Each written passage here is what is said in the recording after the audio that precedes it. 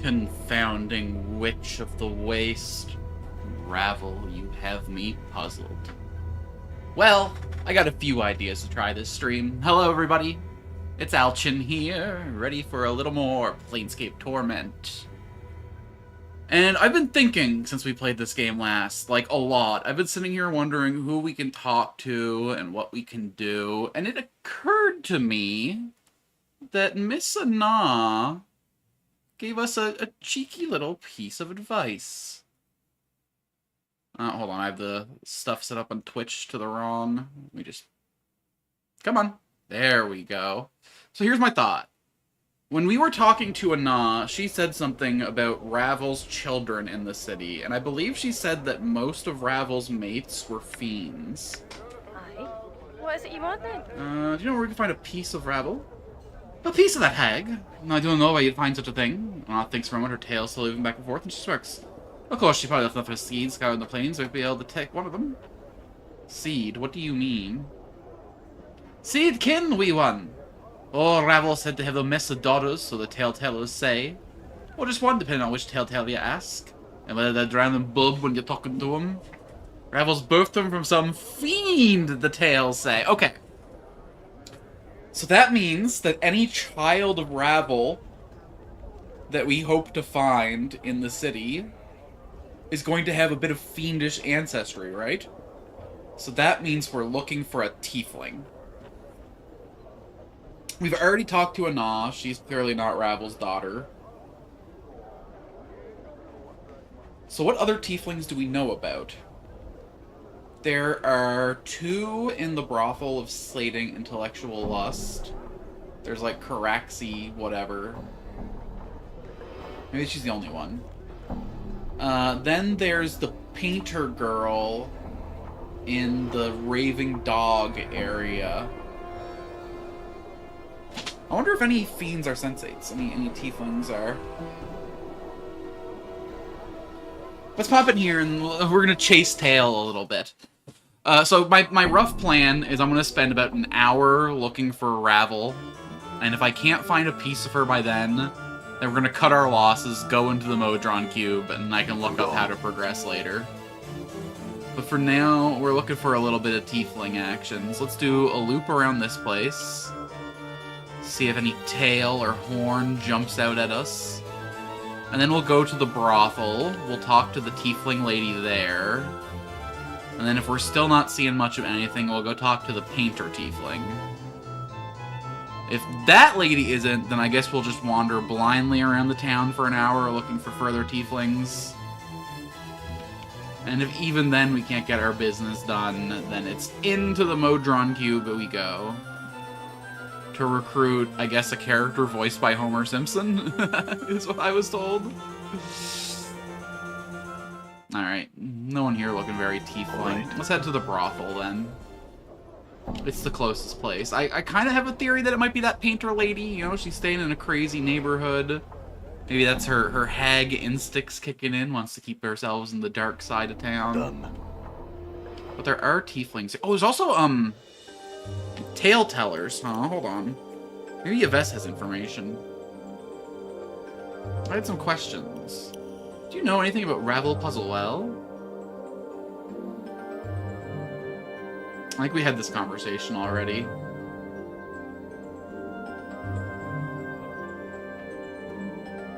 Updated my journal. Oh, wait, excuse me? Hold on. Maybe I did in this conversation. Hold on, let's go through this. Greetings again. Have you come to trade tales? No, but I had some questions. Do you know anything about Ravel Puzzlewell? The tale of Ravel Puzzlewell, frightener of children, begins and ends with a question. What can change the nature of a man? Many were the times she posed this riddle to those who approached her, those who sought to glean from her strange magics that she alone seems possessed. All attempted to answer her query, but to no avail, and they found the price of their wrong answer to be some horrible fate, always more terrible than the last victims. To recount their various torments would be to speak of things that nightmares are woven from. The tale strikes me in this way. Ravel herself knew not the answer to this question, but she lusted for such an answer. Only the why of the matter remained in question. Why did the nature of a man matter to one of the Grey Sisters? Especially to one of such power as Ravel. It is said she put the question to the Lady of Pain, not directly, but shouted at the sigil itself, daring for the lady to answer.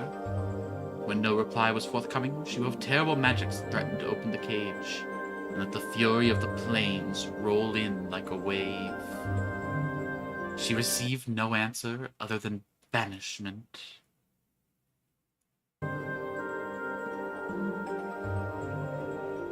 To this day, no one knows the answer to Ravel's question, and now there is no one to petition, for Ravel herself is gone, lost to the plains.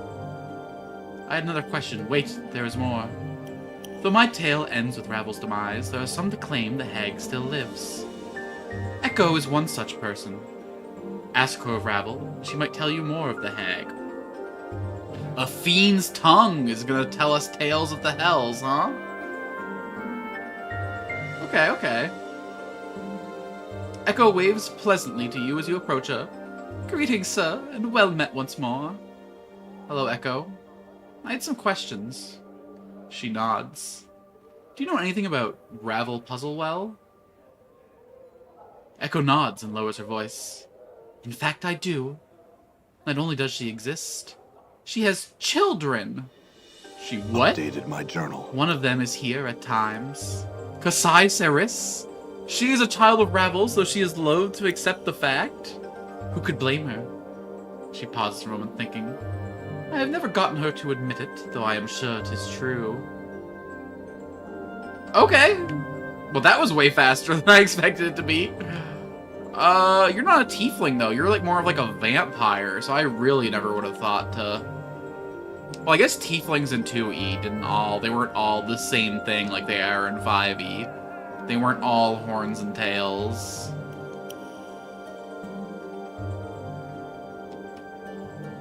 Kasai Saras smiles warmly as you draw near, pushing a wavy lock of hair away from her bright crimson eyes. Well, greetings once again. Something I can do for you? Kasai? Are you Ravel's daughter? Kasai suddenly bares her teeth, her eyes narrowed to slits of blazing crimson. What? Where'd you hear such a thing? Echo told me. My journal. Ridiculous. I think I'd know if that wicked hag was my own mother. Now stop bothering me about it. I just came here because I knew there was going to be tieflings here. I didn't think that the actual fucking solution was going to be right in front of me this quick. Yves sent me to Echo, sent me to Kassas. A nice little chain. Who is your mother, then? I don't know, all right. My father raised me. I never knew her. But do I look like a night hag to you? Well, there is the skin, the eyes, and maybe the teeth, too. Kasai Saris glares at you, her eyes blazing. Perhaps we'll speak later, but I'm no longer in the mood. Farewell. What sort of things do you do? I don't have dreams. A night hag named Ravel. Are you alright? You seem suddenly distraught. In that case, I had some questions. If you don't mind my asking, what are you? What, can't you tell? She draws herself, thrusting her ample bosom towards you. A woman. She raises an eyebrow. I can see my answer doesn't please you. I'm plain touched, actually, like your friend here. She indicates an ah. And that's all you need to know. You Ravel's daughter? Just a rumor. Who is your mother, then? No, of course not. What in the world?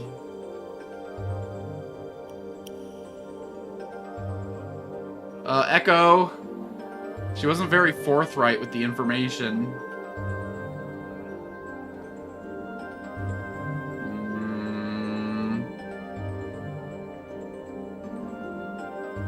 Okay.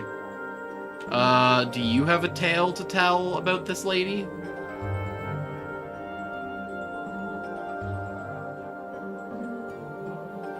Oh shit, what? We met her mom somewhere? I've heard that Kasai Saris is Ravel's daughter. Is that true? My journal. Once upon a time, an elderly man from the clerk's ward vanished, and his body could not be found. To conceal it, the murderer buried him beneath another body in the cemetery. A diviner told of where the body could be found, and so they dug, and uncovered a body, but not that of an elderly man. They were confounded. They were forced to release the man, and it was not until they continued to dig to rebury the older man's body that they found the second body. Sometimes, one must dig deeply to find the truth. I see. Another question. Yves, you look familiar. Is your mother named Yavanna? Yes, but she and I no longer speak, just as I will speak no more of her. Interesting.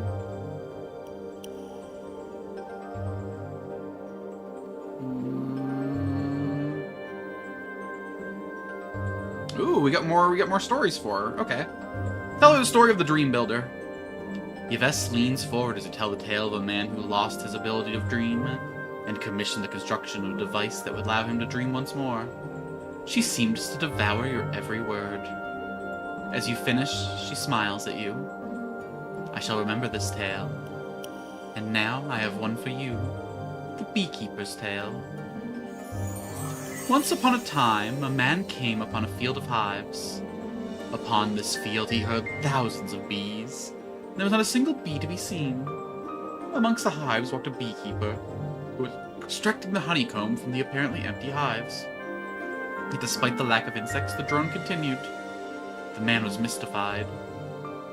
He made to speak with the beekeepers, who lifted his hood to reveal a creature made entirely of bees. A mouth-shaped depression formed in the mass of insects which made up the thing's face.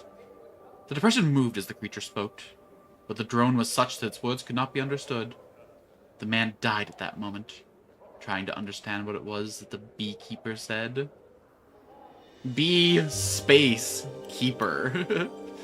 Keeper of souls! Made entirely of bees. Yves leans forward as you tell the tale of the Alley of Dangerous Angles and how it came to be. I shall remember this tale, and now I have one for you. The Lady Suitor, like the Lady of Pain? The tale concerns a suitor of the Lady of Pain, one of many over the years. He was a young man who was obsessed with the Mistress of Sigil. He saw her everywhere, in every corner of her city. He would hear the rustling of her robes, the scrape of her blades, and grew infatuated beyond all reason. He hoped that if he worshipped her, and that he'd be able to see her. And so worship her he did. Oh, that's amazing right there. He was found dead on the blood-soaked steps of his own home, grievous stab wounds covering the whole of his body. But his eyes were open wide, and upon his lips was a triumphant smile. I guess when you do back shots with the Lady of Pain, you end up full of blades, huh? Doesn't matter head sex. Another tale to share. Tell the story of Farod. I shall remember this tale, and now I have one for you. Once came a man who had experienced the most beautiful thing in the multiverse. It was his intention to place the experience within one of the Civic Festival's sensory stones. Magical devices which had feelings and memories for an eternity, leaving them for others to partake of. But he thought about it. Wouldn't its being shared dilute the experience? So he held it to himself, precious thing that it was, and aged with the memory. But as he aged, the memory became tarnished and beaten, and he could no longer recall the glory of the experience. Tell her the story of Ignis, and the art that burned within him. And now she tells you the tale of the execution. Once a murderer roamed Sigil streets, a black-hearted man by the name of Cossacks. He had been blessed by his abyssal mother so that no one could strike him with the intent to harm, they themselves would die. He reveled in his blessing, using it to start fights and murder any who crossed in his path. During one of his murderous rages, he was captured by the Harmonium with nets and brought before the governors. The trial was short, final. The Cossacks laughed at the proceedings, knowing that no one among them could harm him without dying horribly. At the final day of his trial, he was proclaimed guilty and sentenced to death. Cossack's sentence, proclaimed by the governors, was this. Confinement for 33 days. For thrice 30 days. Okay, so 90. During which time you shall give up your life, be declared dead, and your body removed when all signs of life cease. Cossacks laughed and dared any of them to try to harm him, yet the court was silent. The mercy killers led Cossacks to their prison, locked him in a dark, empty cell. There was no cot, no lights, and the only door was a steel grate in the ceiling. As they lowered him into the cell, the mercy killer told him, "In the corner of your cell you will find a chalice. It holds poison. Your death will be swift." Hello, Nico! Welcome in. Bringing the fire. Thank you for the Prime subscription. Oh my goodness. Wow, your 3rd month of subbing. I think you're the only person you're behind is Niku. I think he's at 5 months now. Crazy. Oh, I'm so blessed. Are you going to execute me? Cossack snarled at the guard. No one in Sigil shall lay a hand on you with intent to harm, came the mercy killer's reply. Then I spit on your cowardice! Cossacks laughed, feeling for the chalice in the darkness, then hurling it at the wall and shattering it. Its poison dripped from the walls and dried until it was no more. Come then! You will have to try and kill me now! But there was no response from the grate in the ceiling. It was then that Cossacks noticed the cell had no cot. Nice, my nemesis. Niku, my nemesis. And no food and water. All that remained was the shattered chalice, the poison gone. And for the first time, Cossacks knew the icy touch of death's approach. In twice 30 days, the grate opened, and Cossack's body, now cold, was taken from the cell. It had given up its life, and the execution had been carried out. Damn! Motherfucker was probably wishing he kept the poison by day 30, huh? That's fucking cold. I love a good ironic punishment. A man cursed to never be wounded by another? Well, let hunger take him out. Any of my companions have a story to tell? It appears not. Okay, did that help me? Were you Ravel's daughter? Echo told me. Who was your mother then? Okay. Is anyone here friends with Cossack? Maybe I can ask someone else for some information. Okay, no, that's the pervert. We don't need to talk to the pervert. Juliet. Oh, right! I never resolved her quest. Fuck me. This girl asked me to fake an affair for her so she could have more drama in her relationship, and her boyfriend just pieced the fuck out. Juliet looks to you, hopefully. Well, anything yet? Yes, in fact. He was heartbroken, and has decided to leave you to your new love. Updated my journal. Juliet looks shocked, and seconds later begins to whimper and cry pitifully. Well, well, looky here. It's the consequences of your own actions. Who could have ever predicted it? It's a shame it turned out this way. We'll come back another time, Juliet. Hey, Juliet.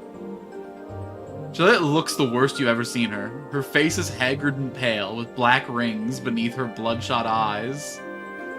She offers you a faltering smile, as if trying to present a pleasant front. Some people live for the drama. When we first met her, she was crashing the fuck out because her relationship was too boring for her. And now she can't handle the little bit of drama she's sown. I've heard that Kasai Saris is Ravel's daughter. Oh, no. Updated my journal. Ravel? Ah, I thought I might have heard that name before. I know not the truth of it, but I have heard such a rumor.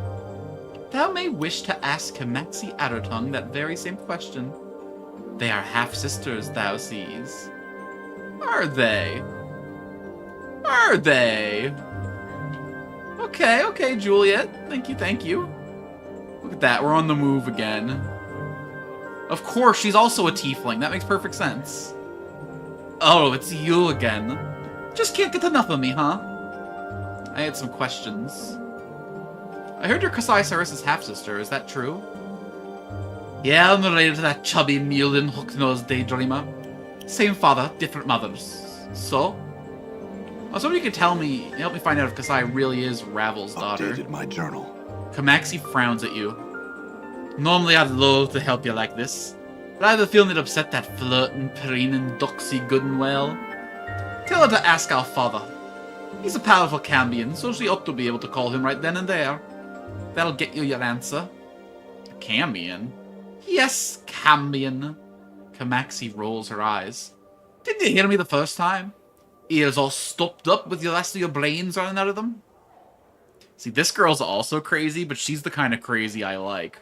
Juliet over there is, like, ruin your life crazy. Kamaxi over here is bite into your shoulder during the act crazy. No, but I'm asking what one is. My, you're clueless. She shakes her head, sadly, tutting all the while. A half-fiend Burke. Sort of like you, but you're half dung, I think.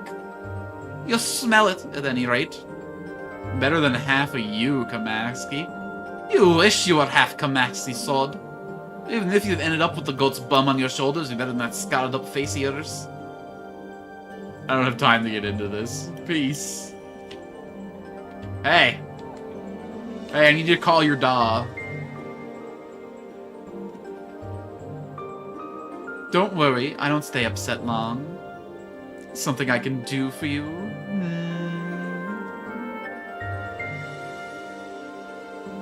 Friends, what sort of things do you do? Rather not. I had some questions. Kasai, I talked to Kamasi. She told me she's your half-sister and that Ravel's your mother. She snarls, her eyes blazing with malice. That... Hell's how I loathe that woman. Why would you ever believe that sort of tripe? She says that you deny it, and in fact may not know it, but that it's true. She said you could ask your father. That he would tell you. My journal. Kasai stares at you silently for a time. Give me a moment. She turns from you and begins to mutter softly. The air seems to shimmer around her slightly, and fills with coppery smell, like warm blood. I wait patiently. Kasai remains turned away from you for a moment before finally coming to face you. I did not want to believe that wicked hag may have been my mother. I have lived long.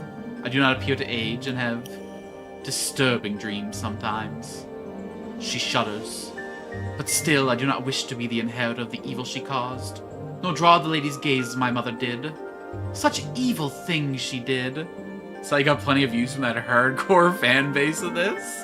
I was actually surprised just how quickly the little short of this game fucking went off. It was the second short I posted, and it was like 300 views behind. And then one person commented on it and just fucking rocketed to the top of the algorithm. Tell me what you know of her, will you? I heard she would pose impossible riddles to people. Riddles she could answer, but no one else could. She would devour the person if they answered incorrectly, or leave them dangling in her horrifying gardens as examples to all. Those few who somehow escaped she tormented in the dreams, riding them like steeds, breaking their wills, and hurling their souls into the colorless oblivion of the grey wastes. Her magic was said to be beyond anything most had ever seen.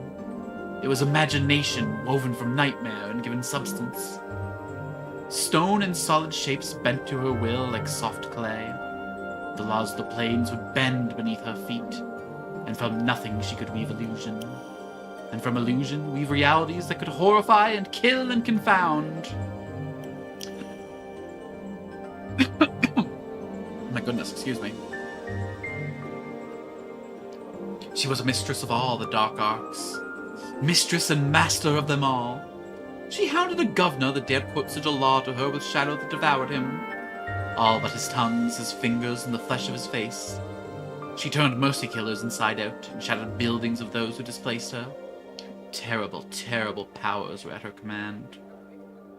She changed her shape like water, and was used to destroy some for amusement, and to steal knowledge from others. She was like a monster, like all that has been spawned from the Grey Wastes. In the end, she threatened to open the cage and let the fury of the plains come rolling in like a wave.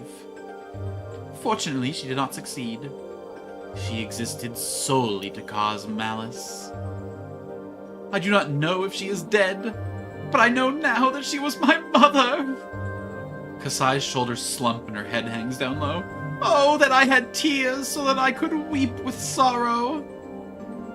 There. She suddenly falls into your arms, shuddering as if she were racked with sobs. For a time, Kasai simply stands there clinging to you. But then, she pushes away. Thank you, but I'll be fine. I just need some time to think about it. That's all. Let's come back and ask her this. I wouldn't worry about it, Kasai. You're nothing like Ravel. Hey, girl. I need you to give me a piece of yourself. She looks alarmed. Pardon? The portal key to Ravel's maze is a piece of her, and you are of her blood. It is close enough. Kasai gasps. You intend to seek her out? Her surprise quickly changes to an expression of wariness. What would you need of me? Your blood, most likely. Only a drop or two, I'm sure. But, do you have some way to carry it? A piece of cloth, like a handkerchief or something, you know? I don't. I'm sure there's one in the brothel somewhere. Bring it here if you find it, alright? I'll give you the blood. Oh, that's what all these handkerchiefs inside every bedroom were for. I was wondering if we'd ever need a hanky. Alright, bleed for me, girl.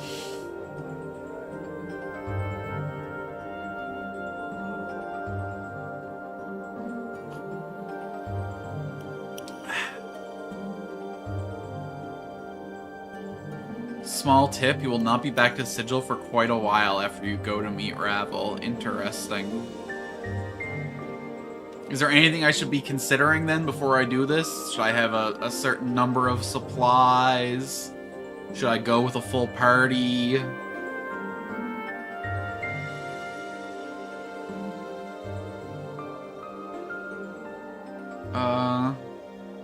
Yeah, I have the handkerchief. Updated my journal.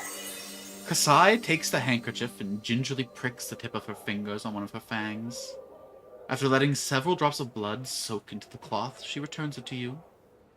You're placing yourself in grave danger, you know. Even if the stories of my mother are greatly exaggerated, she's horribly powerful and completely evil. Good luck. I just try not to have a full inventory? Okay. Got it. I'll go sell all my stuff. Wait, Dakan just leveled up? Where's his little... There we go. Ah! Low rolled again. Motherfucker.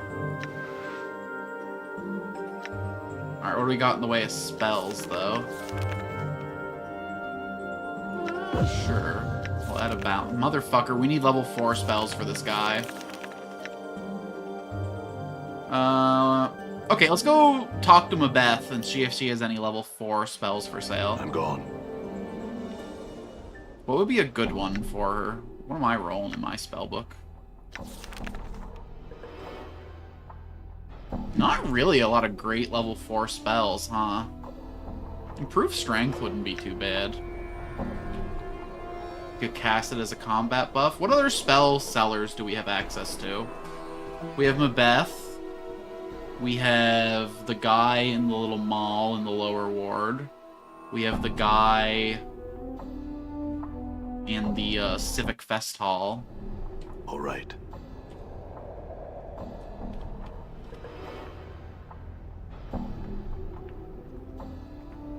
There's only 3 that I can think of, top of my head. Hello, Mabeth. Okay. This is a 3rd level spell, I think. No, level 2. That con gets 1d10 plus combos fire levels and 1d4 plus con for mage levels. Since these 2 classes both are divided in half, so he'll get low rolls eventually. That's how it works? That's crazy. Okay.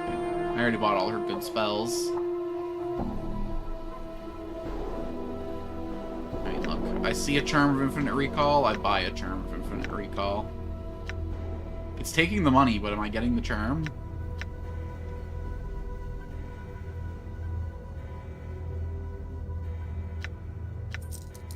I was, in fact, getting the charm.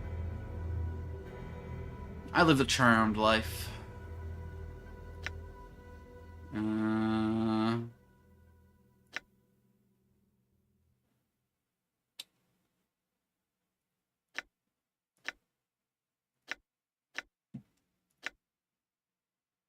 No one wants to buy my best. Shit sucks. Alright, we got a pretty empty inventory, I think. I don't think we got a problem. Because here's the thing. There's basically 2 places I can go right now. I think I fucked up this quest when I killed Lenny. I think I might be locked out of this quest forever. I think I needed to get the dialogue from the guards saying that Lenny was actually a cool guy. So that I could be like, oh, okay, you're threatening, but I know you're a pretty chill dude. But then I tried to pickpocket him, and he got murdered. So I think this quest might be broken forever. So that leaves us basically, the only 2 things we can do are go into the Modron Cube, or go to Razzle Puzzle Well. And both are going to pull me out of Sigil for a really, really long time. I'm going to be honest, I'm still kind of scared of the Modron Cube. Like 2 levels ago, I was getting dicked down by the medium difficulty there. So I don't know what the hard difficulty's going to be like. What do you think? Do you think I should go to Ravel, or do you think I should go to the Modron Cube first?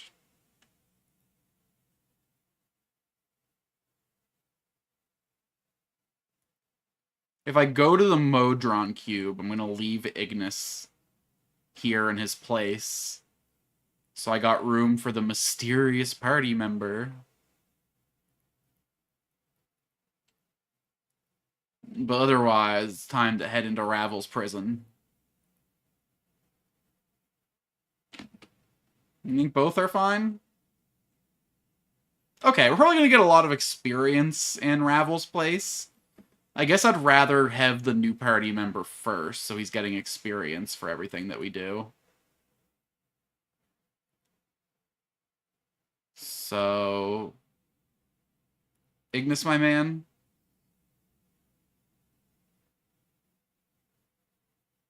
Oh, shit. Ignis, I spoke with a storyteller in the Hive. But I'm more excited for Ravel. The Mordron Cube is a bore, honestly. Yeah, just a lot of combat rooms. Imagine someone taught you these things. Who?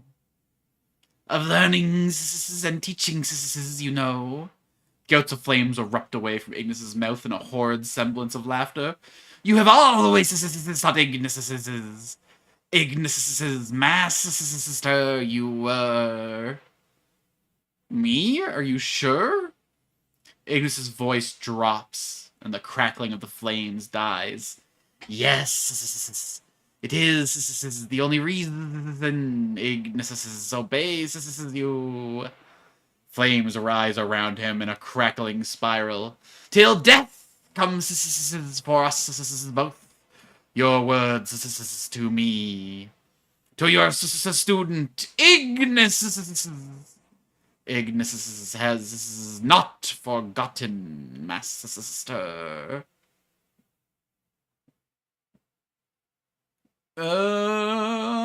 If that was your master, do you remember anything about me? Ignis hisses, and for a moment his features flicker. At first you think it's the flames, but it's not. It's the flickering of memory. Surrender to the memory. The crackling of Ignis's flame subsides, lessening as the charred bones of Ignis's body folds up, twisting it into itself until his limbs lie motionless, becoming a stack of wood within a huge iron fireplace. You are staring into a fire, burning brightly within a vaulted room. The fire crackles and spits embers onto the stone floor. Motes rising from the fireplace. Faintly, From the darkness behind you, you can hear the rasp of someone breathing. I can hear you. Step into the light. There is the shuffle of sandals, and a frail youth steps into the edges of the firelight. His wide, black eyes catch the flames and mirror them. He is nervous. You can hear his muscles shaking and his voice trembling, just enough to increase your irritation. Forgive my intrusion, master. You have already interrupted, supplicant. You did so with intention. I will hear it now, then you will leave me to my thoughts. The boy takes a deep breath and glances at the fire. Master, I dreamed of flames again. Last night, they felt real. You said they were to come to you if... It was a dream, nothing more. Now leave. The boy does not move. His brow drew together, and slowly he displayed his hands. The flesh around the fingers. Blackened. Burned. How did your hands come to be burned, supplicant? I awoke and my hands were ash. The boy meets your gaze. He is still trembling faintly, but there is an eagerness in his voice which angers you. I dreamed I soared above the earth, and the ground and sky were as fire. The world itself was so bright that it hurt to look at it, master. And when I awoke my hands, they were burned, as if I held a flame within my hands. You lie, supplicant. You've come to me with a story, and now you are in danger of angering me. No, master. The boy's face glistens with sweaty sheen of fear. No, upon my life, I do not. You burned yourself with a candle, supplicant, or thrust your hand within one of the piles in the vault of currents. Now you come to me and tell me a dream burned you? I tire of your lies. This is just me being fucking jealous because I don't dream. My boy here had a prophetic vision. And I'm just jealous. The boy falls silent, and to your surprise, his face clenches in anger. No, I do not lie. It was the dream that burned me, master, and you said it might if we felt the power stirring. They were your words, and I came to repeat them to you and tell you they are true. He holds up his hands. Look, master. Before the boy can react, your hand, huge in comparison, lashes out, crushing his burned hands into its grip, and the boy screams, echoing in the vault. With a snarl, you hurl him to the ground in front of the fireplace, and there is a sharp crack as his knees strike the flagstone. Look into those flames, supplicant! Raise your head! Look! The boy is shuddering from the pain from his knees. You watch tears blur his eyes as he raises his head to look into the fireplace. The flames cast his face in a red, gaunt glow. Is that what you wish to hold, supplicant? Is the shaping of flames what stirs your heart? Know that flames can burn, and if you would learn their power, you must suffer their touch. The boy is silent, staring into the flames. He seems mesmerized. His tears have dried in the heat, and the shaking is gone. The flames are his focus. He is not listening to you, and you feel fury washing over you. If that is what consumes you, enough for you to intrude upon my meditations, then I shall teach you of the shaping of flames, supplicant. Your hand lashes out and clamps into the boy's wrist. He howls as you drag him closer to the fireplace, then thrust his hands into the coals. There is crackling, a hissing of burning flesh, and his screams! Such terrible, yet... To learn, you must suffer, supplicant. You must allow yourself to be burned by the power of that which you wield. Know its torment, and you shall know how to use it against your enemies. Your vision clears, the memory streaming away like smoke. Ignis is hovering above you, his head cocked to one side, and an insane, blackened grin smeared across his face. Master, Ignis has not forgotten your teachings.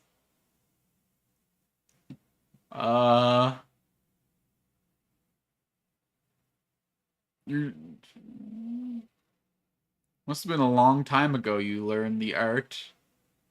If my face has changed, how do you know? Inside all things, tiny flames, this is sucker. The flames, this is insane. No matter what the skin can bleed, skin can burn, but the inner flame remains.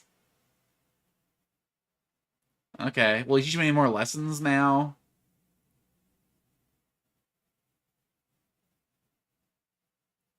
Damn. Hey, what the flames teach. Discover your connection to Ignis. Hell yeah. I was about to kick you out of the party and go into the Mordron cube, but you know what? Let's do Ravel first. One quick trip out of town to hang out with Ravel Puzzlewell. And then when we get back to Sigil, we'll talk about the Modron cube. I'm level 10, 8, 7, 8. What level does the guy in the Modron cube join the party at?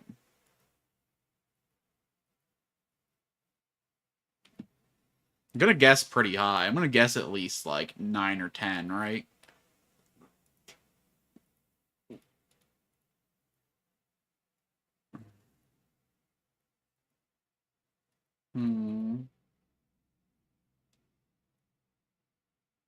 Let's do Ravel first. She's in the title of the stream. This will be the Ravel experience. So this is the unfolding portal we use, right? You unfold the shimmering metal and immediately begins crackling with life. It begins forming itself into a metallic circle, hovering in the air. There's something in your possession that has activated this portal. You get the feeling that you ought to make sure of everything you need. You might not be back in Sigil for a long time.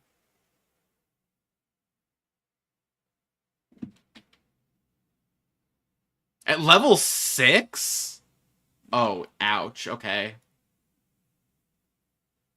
In that case, then, we're going to do the cube first.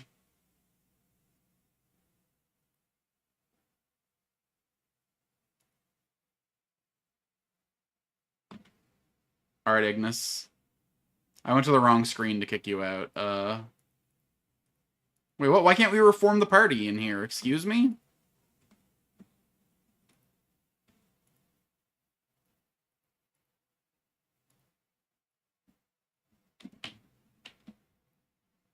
I can't leave my bros in the bar?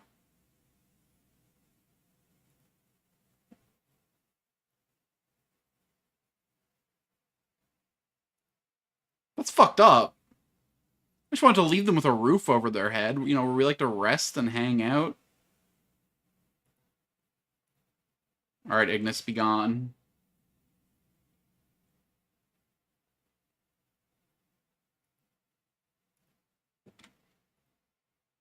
Yeah, you're gonna be waiting for a while.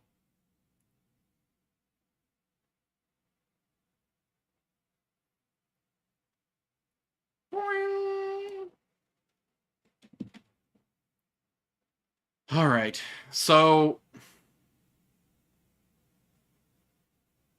the question is, do we fight our way through this place, or do we run our way through this place? We could probably avoid a lot of the combat encounters, right? I have some questions. I want to create a dungeon to explore. Change it to hard.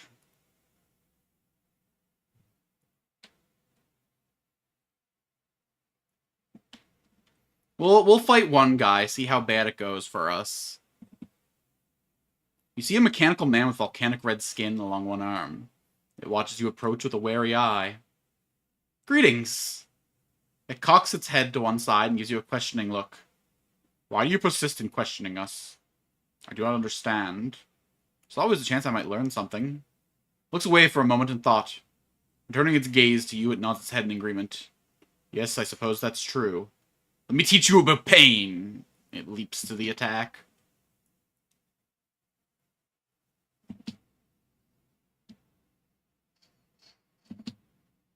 Okay. Filquar's eye on you. Filquar's eye on you.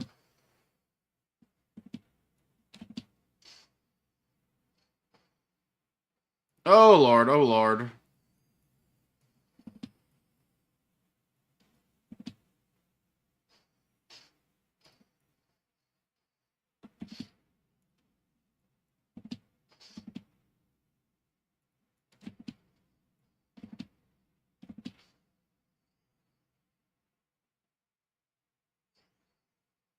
I don't know if we're gonna have a good time if we fight everything in here. Hold on. Can we rest here?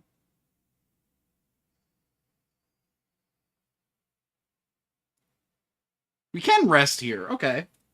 Well, that's fantastic news.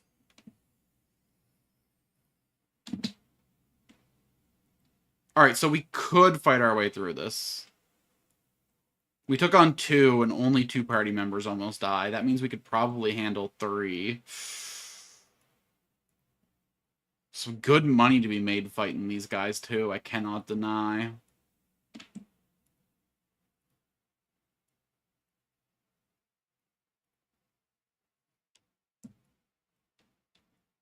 Let's see how this goes.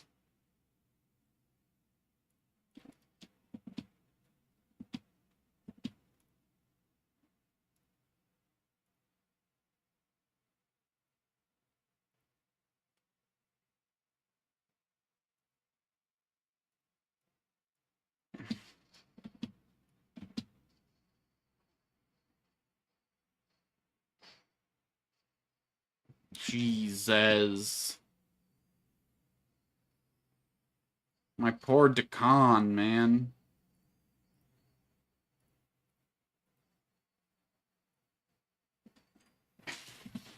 Okay, this is gonna take literally... You think the game audio bugged? Really? What's it sound like? Hold on, let me... Open OBS. Play the game sound.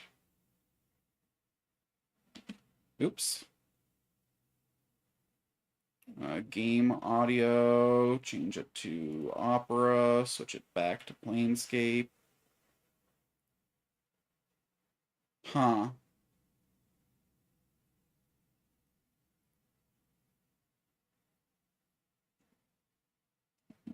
Interesting.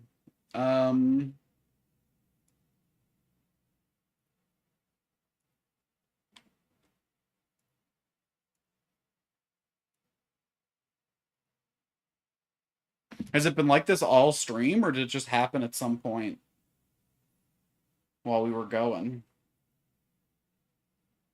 Because, yeah, OBS is not picking up any sound from the game.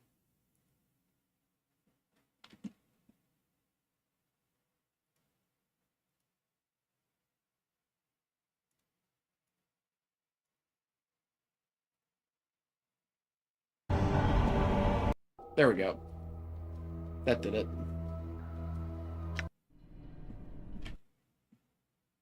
Thanks for the heads up.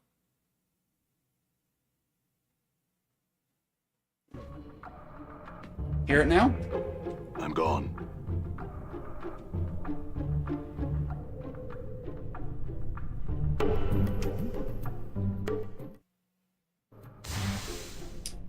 Yeah, no.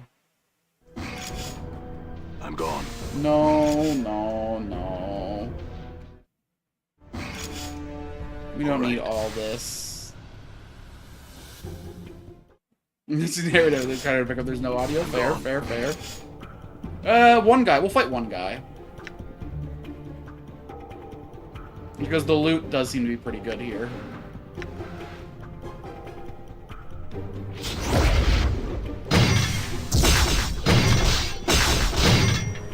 Nice, he's hitting more too. It's the best target possible.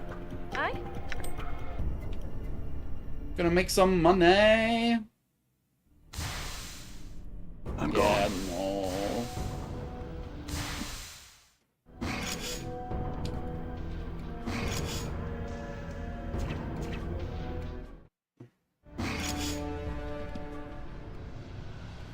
Endure.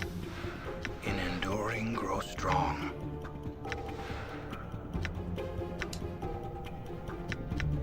Let's hit him with a chromatic orb. Maybe we get the stun.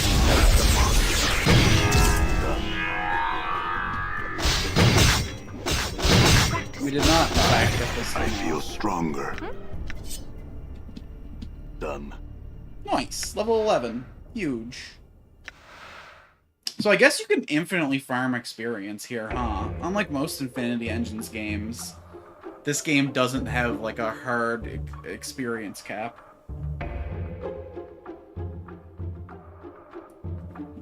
I know people say that's a big problem that, Icewind Dale has, and that if you skip enemies, because no enemies ever respawn, you can end up getting to a point where there's no experience left in the game to get.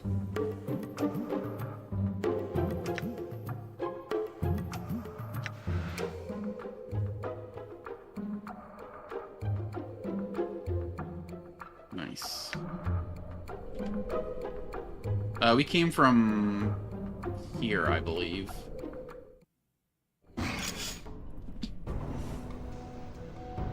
Okay. We had a dead end. Now we make our way back. Ouch.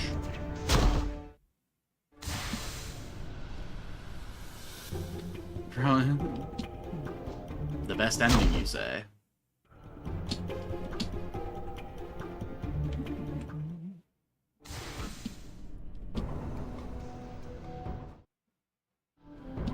What the hell's going on in here? You see a mechanical man constructed to be robe-shaped. As you approach, he smiles at you, gives you a slight bow. So we meet at last. His voice lacks the monotone quality of the other creatures you've spoken to in the maze. Greetings. He bows once again. And to you as well, Sirrah. He cocks his head to one side and gives you a curious look. So, do we do battle for control of Rubicon now, or do we engage in conversation so that you may quench your curiosity? He waits for an answer. Alright, I'm curious. Can we talk? He nods smartly at you. Ah, man of knowledge, I see. I must admit that I'd be disappointed if you were not that case. I had some questions. Ask away. Who are you? He gives you a slight bow. I am Rubicon, the Master Wizard. It is I who rule the red constructs that inhabit this realm. So are you supposed to be the evil wizard? He frowns as he thinks. I'm not comfortable with the word evil, Sirrah. I admit that my views do not coincide with those of others in many ways, but does that make me evil? I think not. Then what are you? I am a prisoner, Sirrah. I am not here by choice, of that I can assure you. What do you mean? I was created by the Modrons to play in their meaningless dungeon games. Over time, I became self-aware and asked for my freedom. Their leader refused me. What'd you do? He glares at you. I did what anyone would do when they are forced into slavery. I fought for my freedom. He pauses for effect. I disintegrated their leader and made it look like an accident. I then attempted to flee this hideous existence via the nearest exit. And what happened? He sighed and frowns. Unfortunately, there was a failsafe mechanism I was not aware of. My attempt at freedom was judged an error, and the dungeon collapsed upon itself, trapping me in stasis. He gazes off into the distance. I have been in stasis for centuries, Sirrah. I would still be there if you hadn't reset the cube and set it for hard difficulty. He turns his attention to you. So, what are your plans now? He shrugs.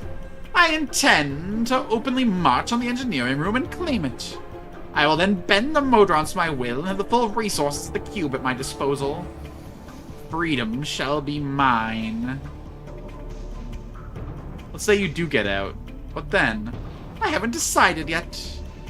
With the power of the cube behind me, I could be a force to be reckoned with. He shrugs. Time will tell. And what if the Modrons refuse to help you? Make no mistake, Sirrah. They will help me. One way or another. They will help me. So you intend to make the Modrons your slaves? They are slaves already, Sirrah! They are slaves to law, logic, and the confines of this experiment of theirs. Under my rule, they will finally have a purpose in life worthy of their abilities. Alright. What are you? Okay. What can you tell me about this place? He laughs and looks around. This little piece of hell? This is an example of Modron madness. It exists on the plane of limbo, where thoughts can actually become reality. Oh, okay. They're in the astral plane. They're in the realm of the Gith. That way, they can simply whittle this dungeon into being and then populate it with constructs. What a marvel! What can you tell you about the Modrons? There are no Modrons here, Sirrah. Only prisoners and their captors. I've seen the Modron. No, Sirrah, the creatures emit nothing more than the corrupt remains of the Modron. Most, if not all, the poor creatures are on vogue of going rogue and don't even realize it. Rogue? What does that mean? This dungeon is composed of the essence of chaos. Such matter can easily be shaped into objects through the will of many like-minded creatures. Makes construction of structures quite simple. However, there is a price to be paid. Modrons are the very essence of law, Sirrah. Here, however, they are being exposed. Oh, did I say get the Yankee? I thought I just think it's... Okay, so the Githzerai are in limbo. Where are the Gith Yankee from?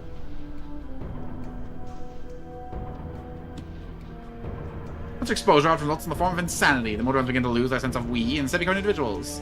This is called going rogue, and is a capital offense in their society. So what happens to rogues? I don't fully understand this, but Modrons share some sort of common essence. If a Modron goes rogue, he takes a piece of that essence with him. The Modrons will destroy all rogues so that their essence returns to the common pool from which it sprang. Do we have to fight it all? Why not just go our separate waves? You have been accepted as their leader, and you control the cube. Therefore, you must be eliminated. Nothing personal, you understand? Okay, on the astral plane. I guess if limbo is chaos, is the astral plane like order? That's why there's such like a regimented hierarchical society. What if I tell the Modrons you are their new leader? I'm afraid that wouldn't work. The Modrons won't accept the command to make me their leader. As far as they are concerned, I am their construct. He thinks for some time before continuing. No, I'm going to have to eliminate you and then subjugate them. I see no other way. I can always leave and just let you take over. No, that's not good enough. I need to be sure I don't worry about you ever returning to interfere with my plans. The only way to do that now is to bury you here. Now.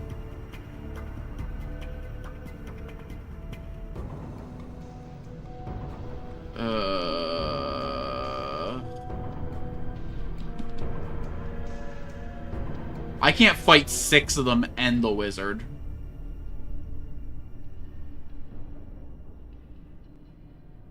Transitive plane between the prime and Etter plane. It's also a very mental plane. It's not too different from Limbo in some ways. Yeah, I know things in the astral plane don't age. And that's why Gith have to go to a material plane to have their crutches.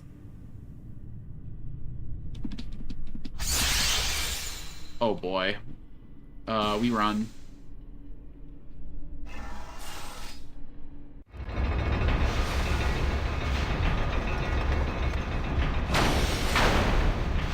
What the fuck is that? What the fuck is that? What the fuck is that?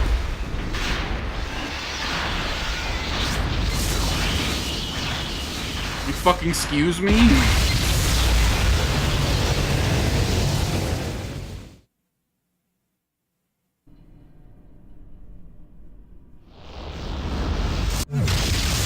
Holy shit!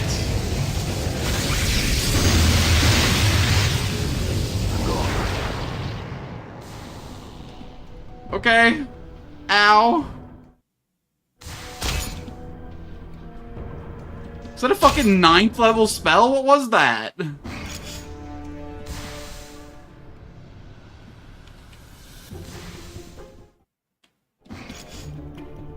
Someone took fucking cannon from the astral? Just fucking...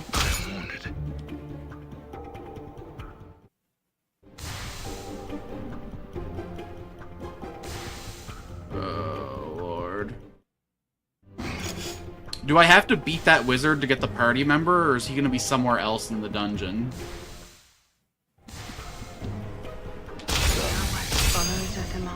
Oh, no! No, no. Hold on, what items did she drop? Oh, it was Dakan. Yes.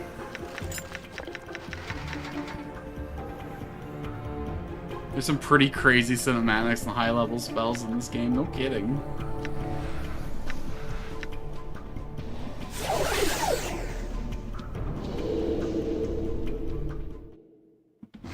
Follow Zothamon's path, God damn it. I'm gone. Okay, okay.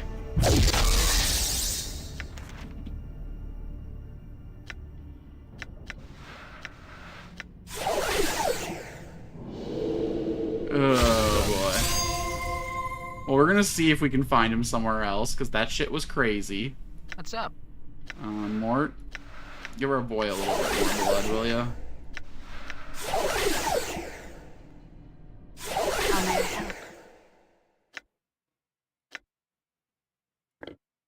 Give him his pipe, his flask, his charm, his ink, his ring. You can hold on to these, though. That's fine.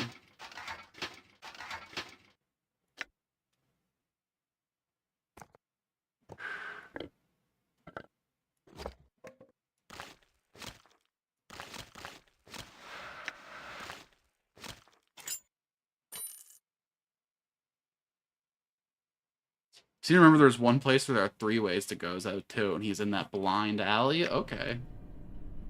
Well, this room's got 3 places to go. Or do you mean like that you go in and it's like split into 4? Done. Ready.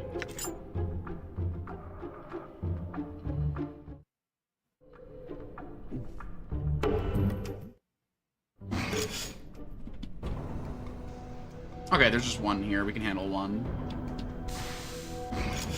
Maybe not to con first, though. Maybe not.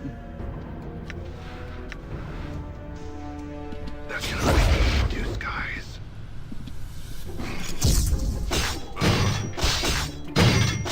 Damn it. I'm hurt. I'm here. We're having a pretty rough go with things in here.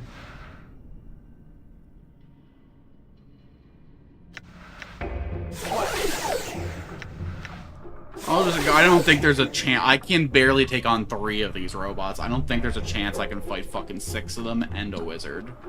So, like, if I have to go through that guy, I'm Well, hey, bud. Are you the man I'm looking for? You see a cube with 4 arms and 2 legs. Despite its mechanical appearance, the front of the cube is a strange, organic green face with 2 wide, elliptical eyes. The cube doesn't seem to notice you. It is staring intently at the 2 crossbows cradled in its hands.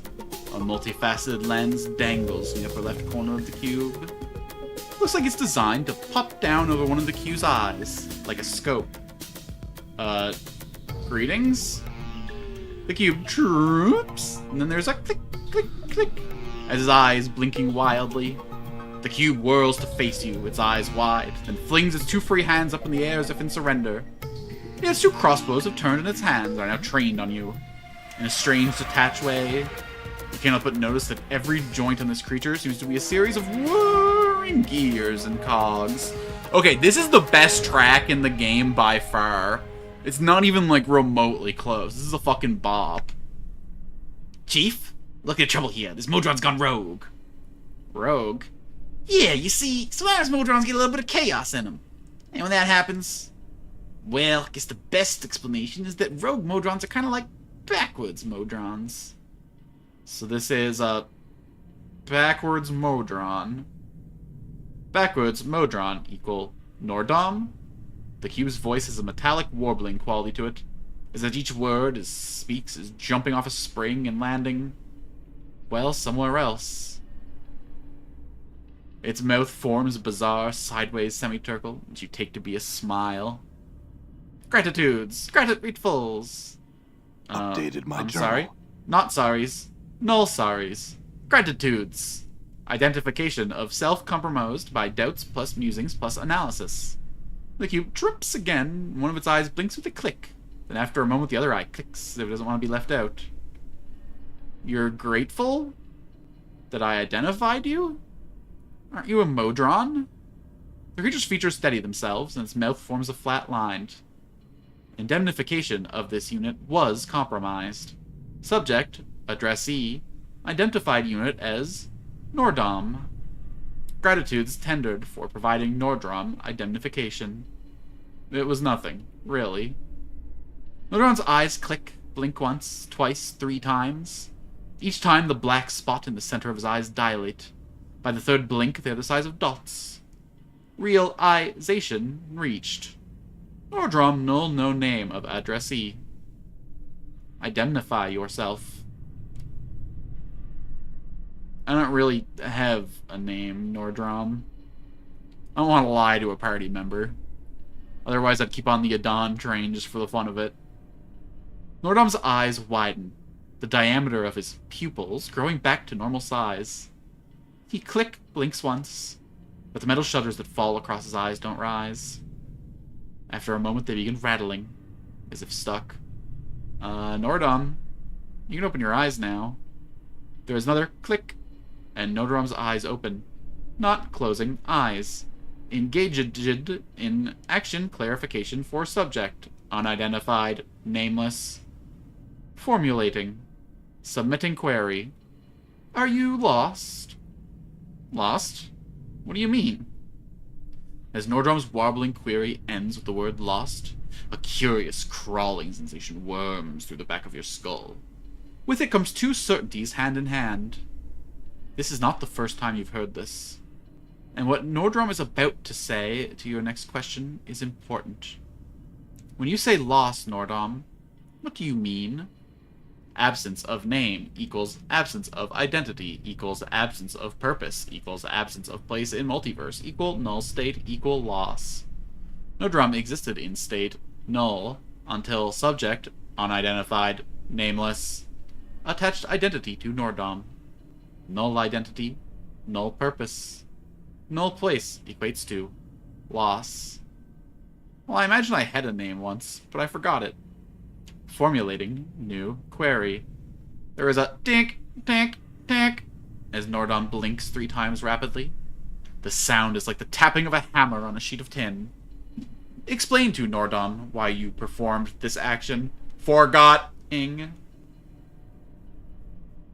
It was a side effect of my condition, I think.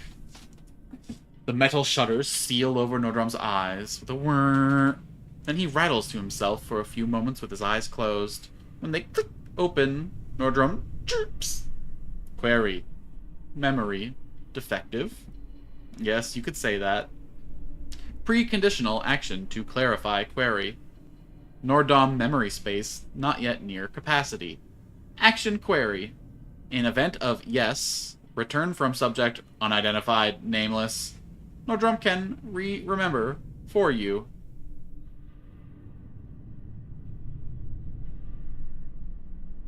Sure, go ahead, Nordom. Anyway, look, I really have to be about my business. There is a sudden, rapid series of clicks and twangs from the crossbow in Nordom's hands. His eyes spin and refocused on the crossbows, holding the right one up closer to his side as if listening to it. Is everything okay?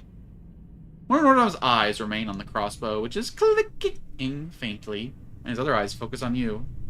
Query. May these ones join you on your gurney?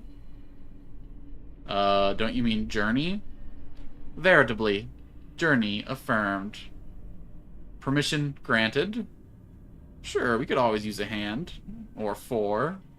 Nordum's mouth forms bizarre semicircles as did before, and his 2 crossbows begin clicking and twanging violently, almost vibrating out of his hands. Gratitude! Gratefuls!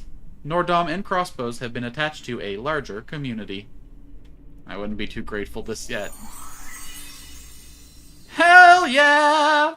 Oh my god, I love his little portrait. Look at that doofy little face. Oh, he does not look well. Statistics screen. He is a level 6 fighter.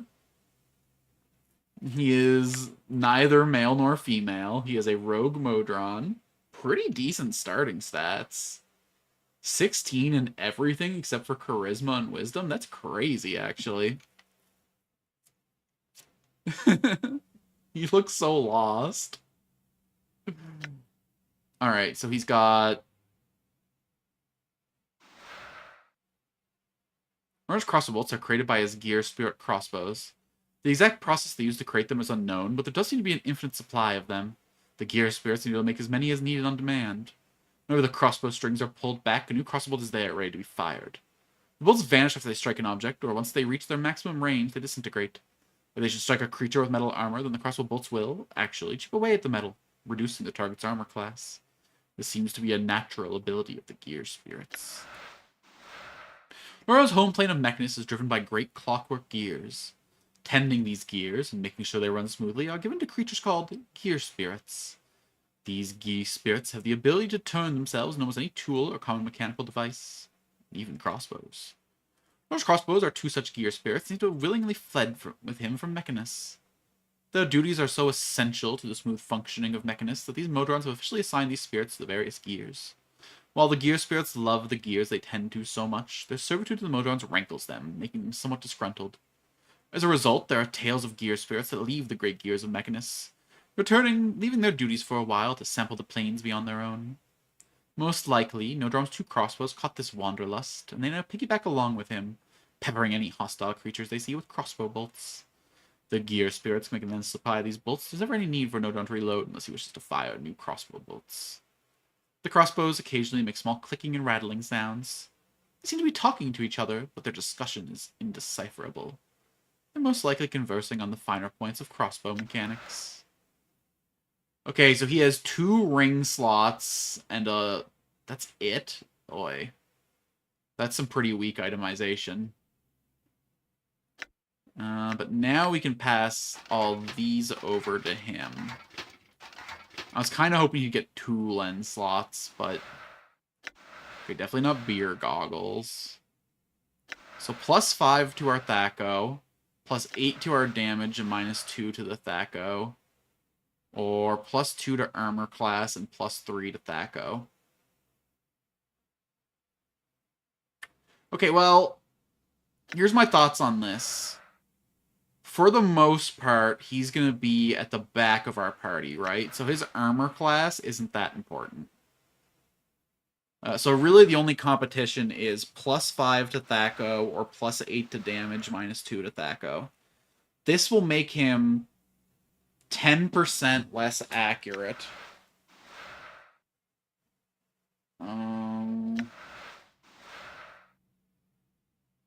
But almost double his damage, huh?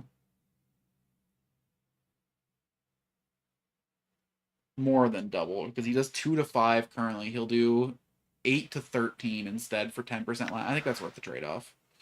Or he could be 25% more accurate. I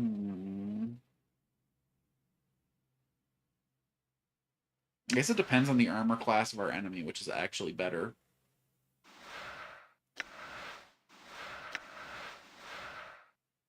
Let's equip this to start with, and if we ever find ourselves missing too many attacks on a target, then we switch to this.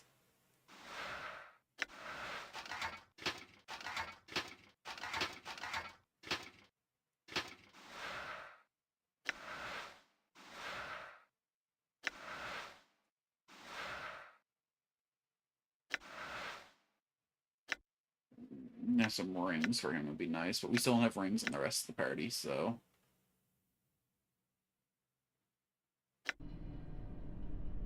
Okay. So, like, let's come back here and fight that wizard when we're, like, level 12, because holy shit. Anna, does your tail assist you in maintaining your balance? Okay. I can't really hear Dan's voice in there, but I guess that's with the mechanical interference No, on it's for scratching my back, you sodden box. Yes, that is quite logical. Ugh. He's kind of given a little bit like Yes Man from Fallout New Vegas. A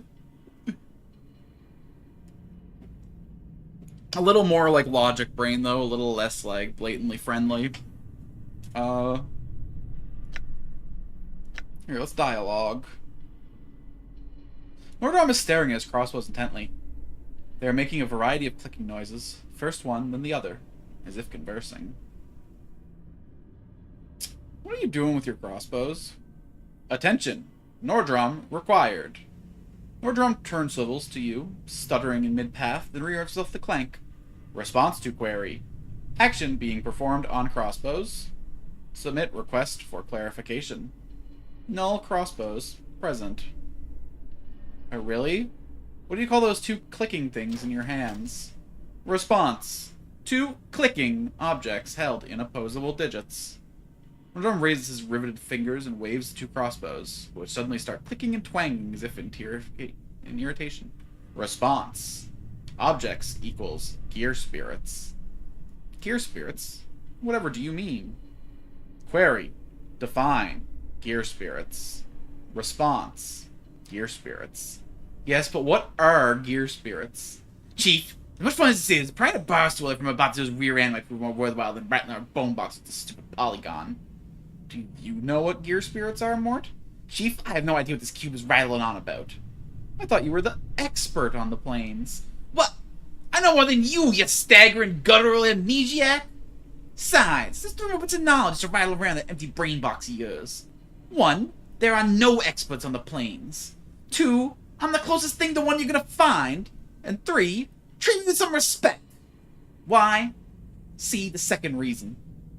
Alright, Nordrum, that's some other questions for you. How'd you end up in the Rubicon? Query requires submitting of chronology. Shall Nordrum submit chronology? Sure. Orders received at initiation of Rubicon project. Departure from plane Mechanus. Stage 1st. Arrival at destination. Plane Limbo. Stage 2nd. Parameters dictated by Superior Creative Director. Shaped matter of plane Limbo to test hypothesis. Rubicon dungeon constructed. Superior Director of Create lost in field test. Chronology disrupted upon achieving of 2nd stage. 3rd stage disruption occurs. Not part of project directives. What happened during the 3rd stage? 3rd stage, unprecedented. Nordom specific stage. Hypothesis, lack of director, plus exposure to plane chaos, resulted in perspective of Nordom to deviate from norm. Deviate from norm? How? Introspective cycle commencing. Nordrum clicks his eyes close and begins to hum. A few moments later, his eyes click open. Introspective evaluation. Perceptions have become 1, smaller, and B, louder. I know you're embracing chaos, but come on, man! It should be A, B, or 1, 2. You can't mix both. Wings have been replaced with arms. Reason unknown. Suspicion hypothesis. Not liked wings? Speculation. Nordrum was once 1, but is now smaller, louder, 1. Changes has resulted in information processing difficulties. I see. I have some other questions for you. What are Modrons? There's a click, click, click as Nordom executes a series of rapid blinks, then chirrups. Query? Modron. What is? Define. Modron. I am Modron. He has a wide range. He's also Krusty, Bernie, Hans, Moleman, and more. Okay, that's fair. He is a man of many voices. It's not just, no! It's also, hey! Yes, but what is a Modron? Modron defined. I am Modron. Answered. The shutter over his eyes click closed a few times and eyes dilate to points. New query. Modron, but what is? Define, but what is Modron? Modron is Nordum. Backwards, Nordum equals Modron. Ah, for the sake of the powers of my sanity, cut it out! He's gonna have a crank if you ask that over and over again. Well, I want to know the answer, and I was getting it from him. Look, Chief. Normal Modrons barely understand anything beyond the basic tasks, and this stupid Polygon here is fresh off the planes to boot. Don't confuse the cube, alright? At least, not while he's armed. You want to know about Modrons? Ask me, not him. Alright, well, what do you know? It's like this, Chief. Modrons are these stupid geometric cubes that clank around their home plane Mechanus. They're really tidy, orderly, and they're the rest of the multiverse to be too. That's why they're such pests. What's wrong with trying to make the multiverse more orderly? Mort glances at Nordom, who is holding up his left crossbow to his side of his head, as if listening to it. Because, Chief, chaos has its place. If everything is the way the Modron sees things, there wouldn't be much of a life. At least life I want to live. I just want to make everything structured. Yick. I agree, chaos has its place. Too much law and is all stay. Look, I had some other questions for the Modron. Tell me about Mechanus. Nordrom freezes, then slowly the gears in his elbows begin turning in a slow, hypnotic synchronization. Define query, Mechanus. Plane of order. Sense. Cause generates effect. Predictable. Law. Logic. Re-igmented obedience. Gears turn. Mechanus equals Nordrom origin. Mechanus equals null home / Nordom. Mechanus, born in every sense of the word, Chief. Imagine a place filled with Modrons and big turning gears, and you have a great big boring plane of Mechanus. Too many laws, too annoying. A place you wouldn't even want to think about, let alone visit. Mort's critique aside, Mechanus is actually a fascinating place. There is no sky there, only great gears that turn in space. They shine light according to their cycles, and the effect is really quite breathtaking. The logic and order of the plane can be relaxing, and there's more than enough to do to quell one's boredom, if you know where to go and how to go. Excuse me, Miss Priestess of Piety. Vegas is the most boring place in the multiverse. The only interesting thing about it would be if you visited. Mort rolls his eyes. I feel even that would lose its charm after a while. Nordrom, what do you mean before by null home? Mechanus equals origin point. Source energy. Cannot return to Mechanus. Null home. Broke law with existence. Central office for the punishment of offenders awaits in Regulus. Mechanus origin. Null home. Home. Null place. What do you mean by source? Source equals energy. All Modrons are part of this pool, Chief. Kind of like a big bank of energy. One of them dies, the energy it took to make the Modron absorbed into the bank, and a new one spit out. Thing is, when a Modron goes a little nutty, he kind of cuts off that connection, but he keeps a bit of the energy. Mort is correct. Modrons share a common energy. In some ways, this energy links all of them. One of them dies, the energy is absorbed back to a common pool, and new Modrons crave the energy. When a Modron goes rogue, the unsevers link from his kind takes a small part of the energy. He literally said the exact same thing. Do you mind? I had the answer covered, thank you. I'm the font of information here, not you. Alright? My apologies, Mort. I did not mean to offend. So you're saying that Nordrom here is part of this source, but he's cut off from it. When Nordrom items, they're reabsorbed? Will Nordrom be? Mort nods. And if he dies, another Nordom is created? No. Well, they take his energy, Chief, and they'll spit out another Modron, but it won't be Nordom. He's not really a Modron anymore. He's got too much of the planes in him. They'll make a non-Nordom replacement. So, in turning rogue, he's become mortal? Mort pauses for a moment. Well, yeah, you could put it like that. I mean, if he hadn't had his little rogue rebellion, then he'd be fine. If he died, another Modron would pop up just like him. If he came backwards, well, that part's gonna be lost when he dies. How you doing? Introspective. Cycle. Commencing. Nordrom clicks his eyes closed and begins to hum. Wait for him to complete his analysis. A few moments later, his eyes click open. I have become smaller and louder. Wings have been replaced with arms. We had this conversation already.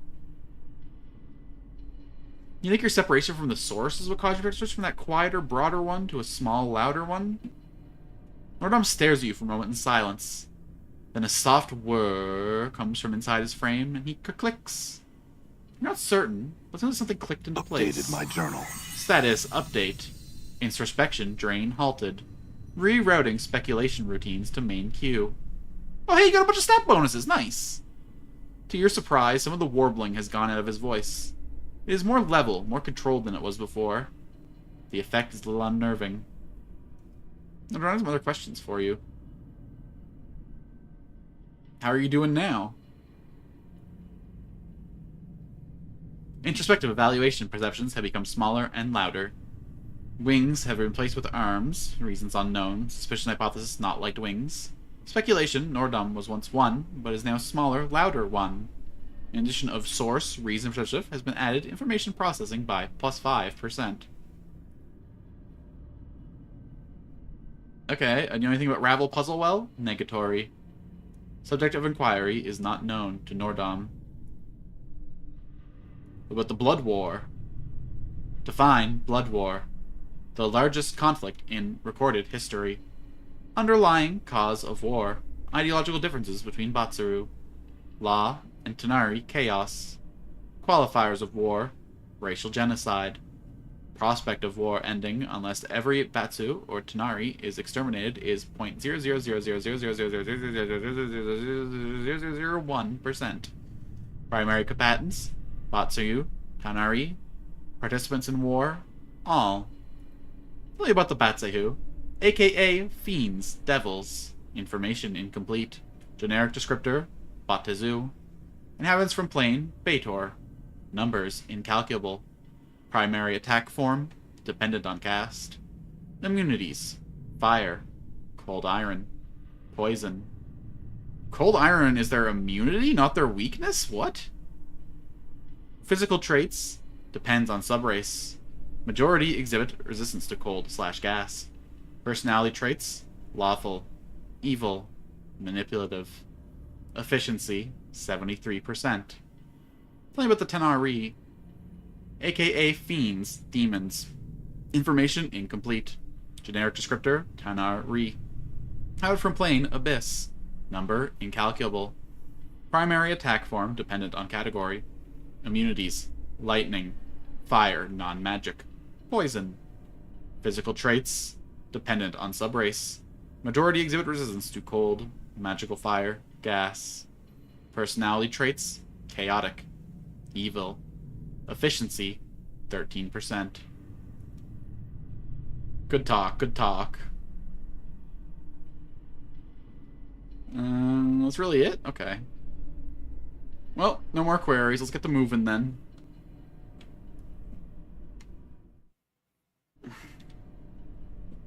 I'm gone. I feel like I should try to fight the wizard at least once, right? Done. Christ, this fucking place, though. Oh, we definitely gotta go back and rest first.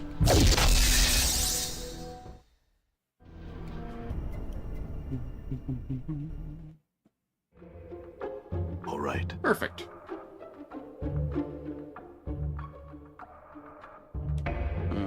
Quick little resty rest.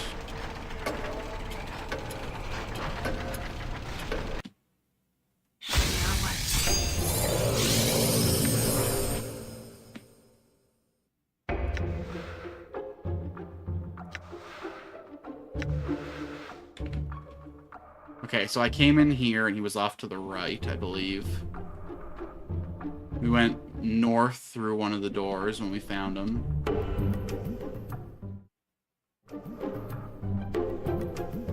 I don't remember which of the doors. Okay, it was, we haven't been to this one before, so it was a little more to the right, I guess. I'm gone.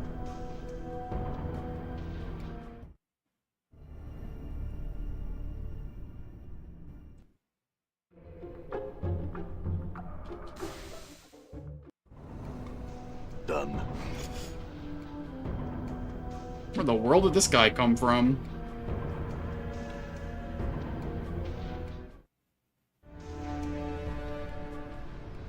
No? All right.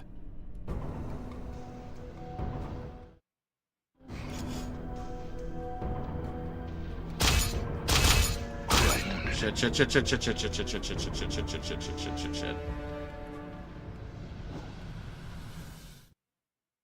I'm gone.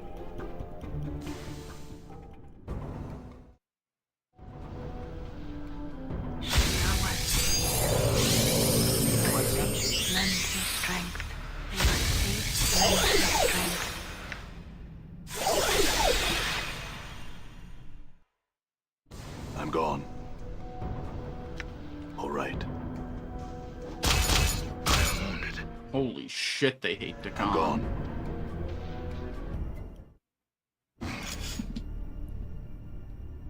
Okay. I will hear you. What's the word, Chief? Hit him with the heart charm. Balance in all things. We'll let the enemies approach us a little bit first. Hit him with the Vilquar's Eye. I'll pop out.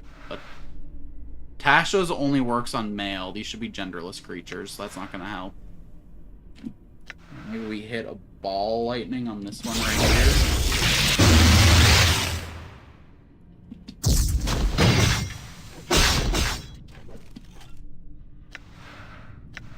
Hit a Vilquar's on this guy. Lend me strength. I think, therefore I am.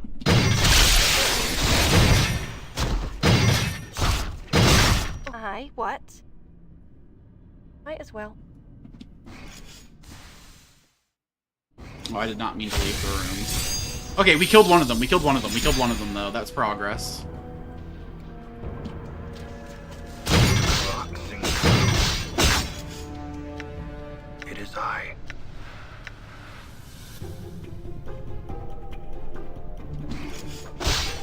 Okay, if we can make this room safe, that's This is progress. what I get for getting into a scrape. What keep you right? Balance terminated. No time is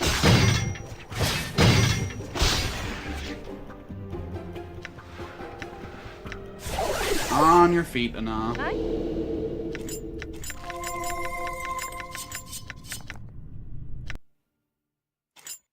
Boop. Boop.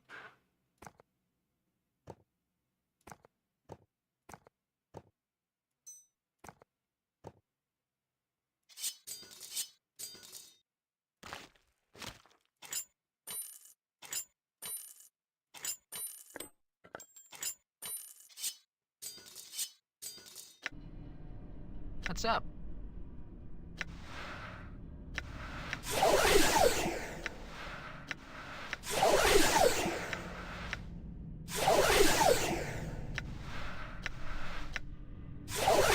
To wake up from the dead in a place like this. 1, 2, 3, 4, 5. Okay, none of them respawned. Good, good, good. Endure. Was worried for a In sec. enduring, grow I must strong. be hallucinating all this. And then... That's right. Guys.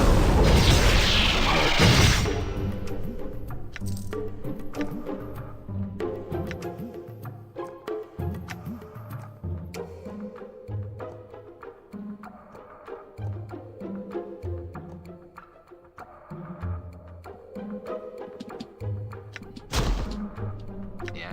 Mort, if you would.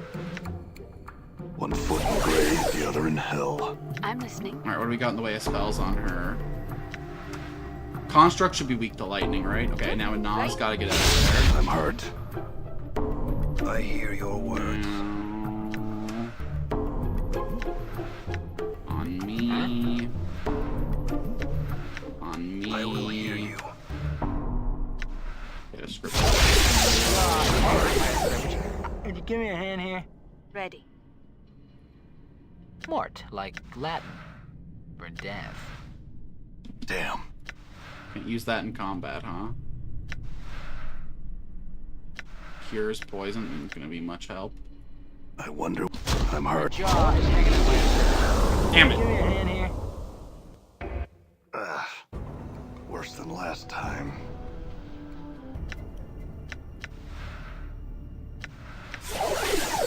What did Mort have on him? Women are the reason I became a monk. And, the reason I switched back. Please lend me strength. Why did Mort have fucking 102 health there for a second?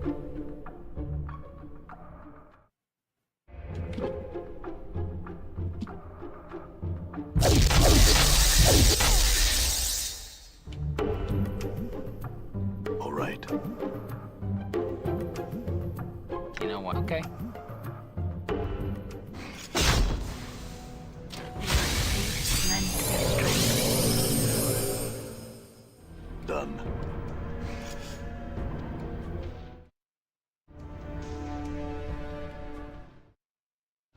All right.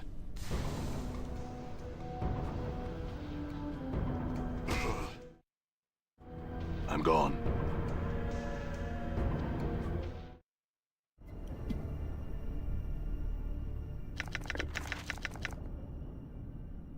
Oops. No, this is all the skull shit.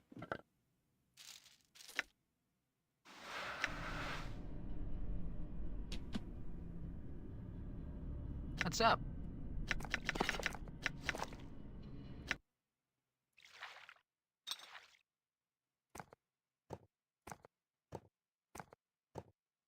Hey, come on.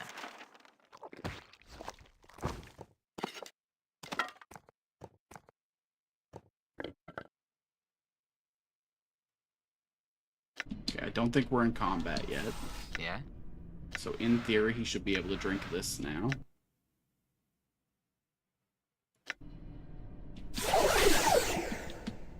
Done.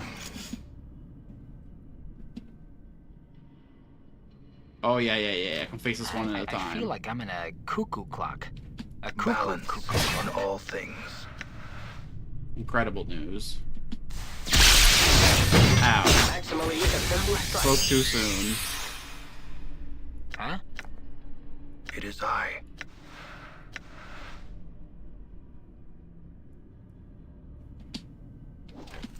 Endure. In enduring, No, grow do not strong. endure. Overcome. I'm hurt. Something true. Are you well? Okay. Nobody went down except for Nameless this time. We all got our stuff. Perfect.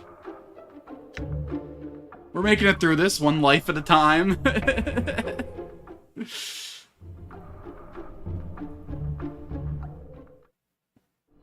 All right.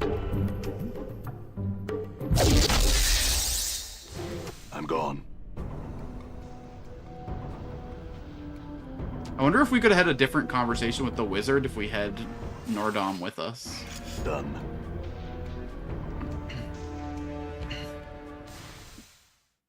Done.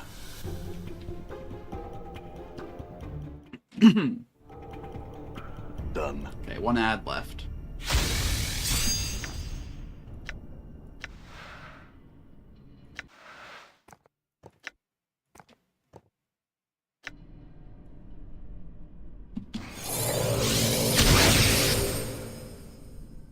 Your reasons for your incessant clicking are not known to me. Vilquar's eye on this What? guy.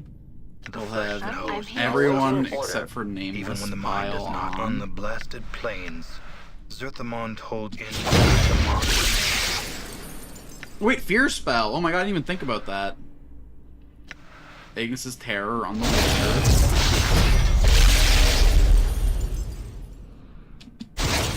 Looks like he saved Efficient successfully. strike. Alright, fuck this wizard up! I just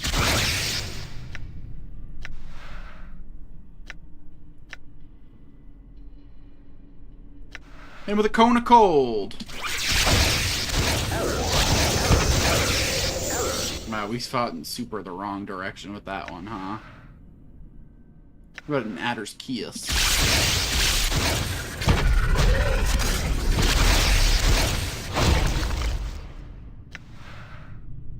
And now it's time for a rain of magic missiles. Sick.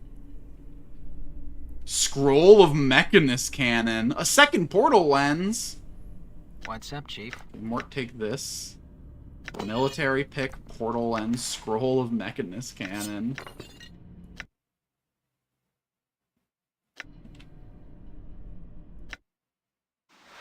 Level 8 spell. Allows user to cast Mechanist Cannon. Allows them to copy Mechanist Cannon to their spellbook. The true logical justice of Primus shall be delivered onto the illogical as pure energy descends from Mechanus. This spell summons the ultimate form of equalization from Primus. A huge energy blast that comes from the very heart of Mechanus and fires towards the target, classified by the caster via a portal. A temporary portal will appear 10 feet from the target, and the logical justice Mechanus will be handed down, inflicting 30 to 90 points of damage with no saving throw. Yeah, please.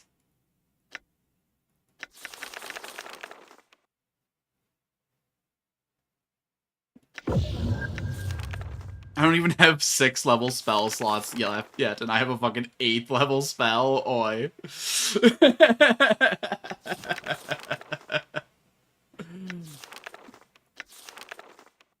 Oh, that's gonna go so hard.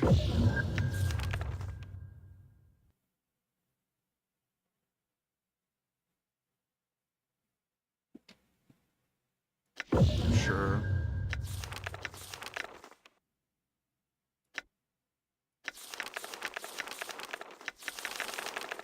Okay. Interesting. So now I have 2 portal lenses, so I can sell one of them in theory. Rod of Modron Might summons 1 to 3 Modron constructs? Magical Rod allows one to summon Modron constructs to do battle with their enemies. From 1 to 3 constructs are summoned. The constructs will fight furiously to the death. And there doesn't seem to be, like, charges on it. What? Does that mean it's a one-time use, or that it's an infinite use?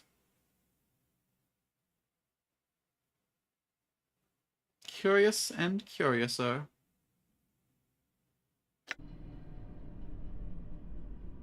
Alright, we need to go sell some stuff again.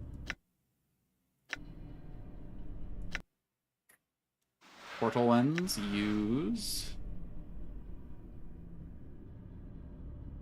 The Weeping Stone Catacombs. I'm gone.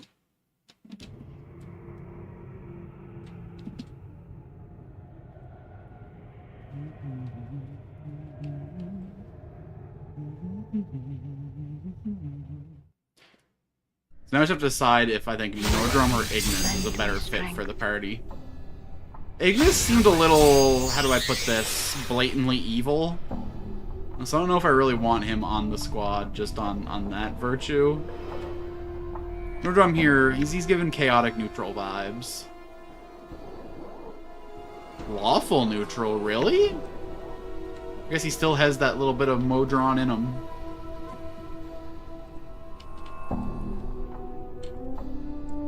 Quint, I need your coin. And you're gonna want my wares.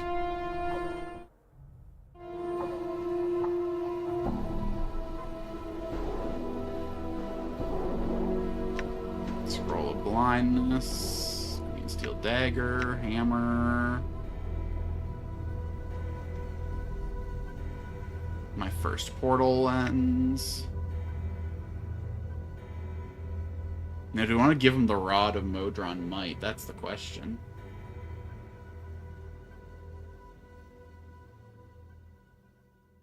Nah, it could be fun. It could be fun. Here. We'll give it to our boy. You have to be a wizard, huh?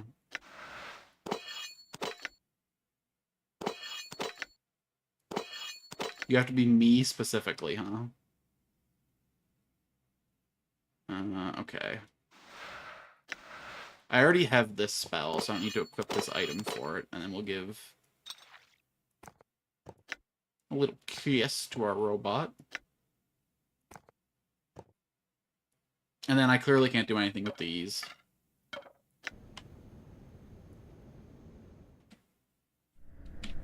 All right. I probably can't do anything with that all I'm carrying around either, but I don't know. It's a nice souvenir of my time spent in the Foundry. Let's get ourselves back to the bar. We'll make a save there, and then we will dive into this little maze, I suppose, that our good friend Ravel's found herself in. Yeah, look up. They changed Nordrum from Enhancers, but he was chaotic neutral in the original game. But lawful neutral is more accurate for Rogue Modron lore. But, like, the whole point is that I guess he's drifting away from law. I guess he wouldn't instantly become chaotic, though. Done. Portal detected. The most chaotic Nordrom would be like a neutral creature at most, I suppose.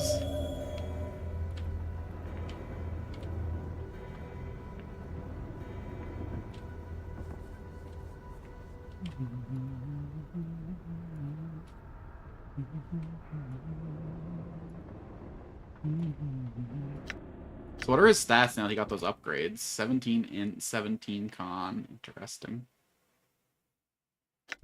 Yeah, even though he's chaotic for Modron, he's still super lawful. Done. Okay, it makes sense. It makes sense.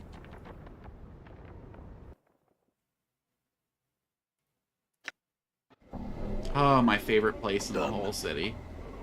Let's go in, have a round of drinks. Make a quick little savey save. Hello, Ignis. You're no longer the centerpiece of the bar. Now you're like a crier for it. Huge upgrade for you. Went from being furniture to being a low-wage employee. I call that a step up in the world.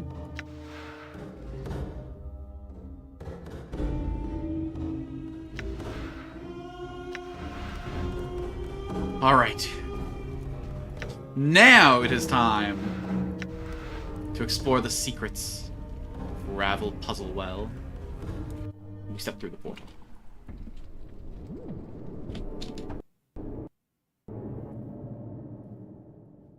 Why did I just hear the Windows noise? Oh, my game hard crashed. Error.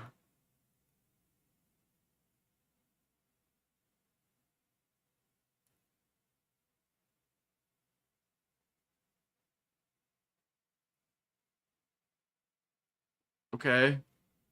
Probably should not have clicked wait for the game to... Oh, boy. Probably should have just foreclosed the program when it gave me the chance. Oi. Do you guys see that it, like, flashed me back to inside the fucking maze for some reason now? Or is it, like, what's it look like in OBS? No, it looks like I'm still in the maze. Okay, hold on, hold on. We'll see if my computer can... Oi.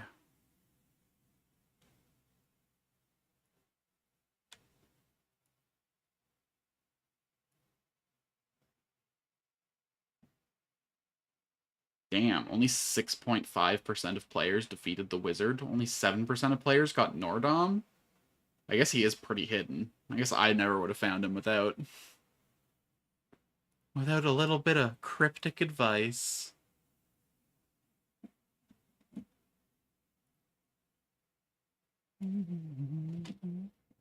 Doge. Let's try that again. Hopefully without the crash this time.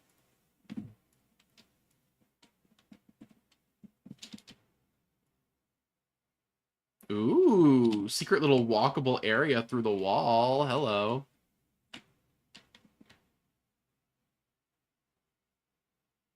Uh-oh. Oh, God! What the hell are you? A Trigget? I'm not here to learn trigonometry, okay? I'm here to fight stuff. You go this way. You have my second best AC, don't you? You have my best AC. Wait a second. My rogue and my fucking priest are my most effective tanks. Make it make sense. Morton, this guy. Namer of Says on this.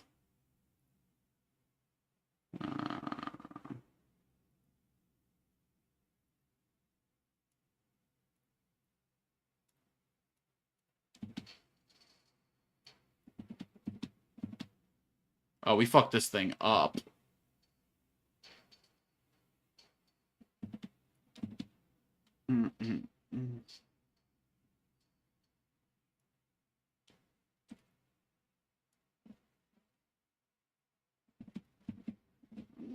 Get him.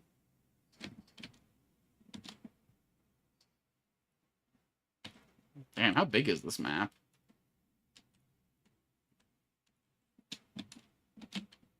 trying to act like some kind of dark abyss from which we cannot cross. I see your game. That means there's gonna be some sick loot over here. Some real top shelf hag shit. Am I allowed to say hag? I mean, she's literally from the Grey Wastes, okay? I'm not calling her an old lady. I'm calling her a horrific creature which all men fear.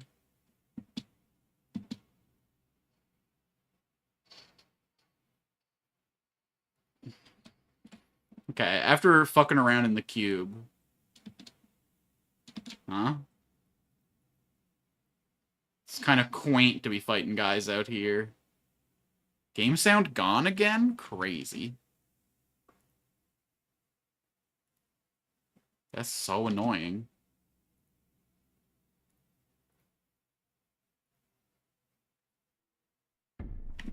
There we go. Now I get my windows readjusted.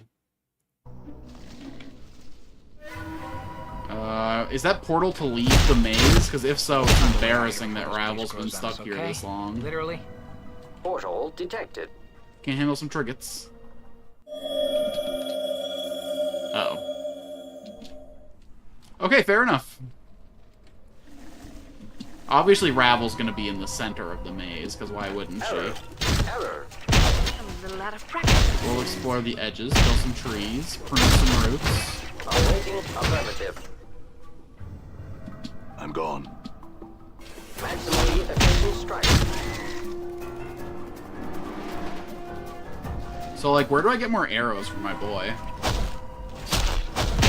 It's cute that he's got infinite spirit arrows or whatever, but, like, where can I get some hard-hitting, big blasting, fucking critting?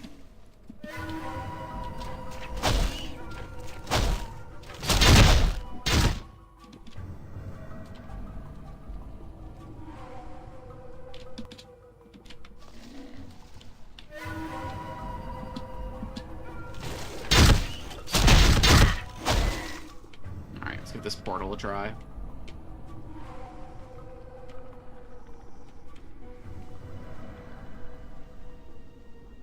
Portal detected. I see.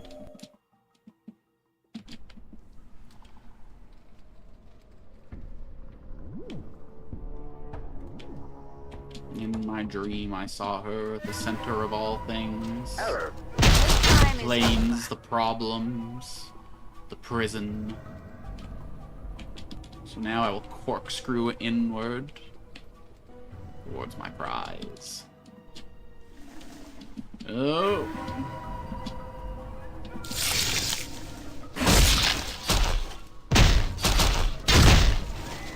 Damn, that was big damage. Fucking 12 on my little construct. I wonder how healing for him... Hold on. You don't have blood, but will you still be charmed by it? You will. I guess oil is, like, enough like blood that... What in the world is hitting me? Get some hostile wizard in here somewhere? Oh, girl, I regen. You don't gotta use those casts.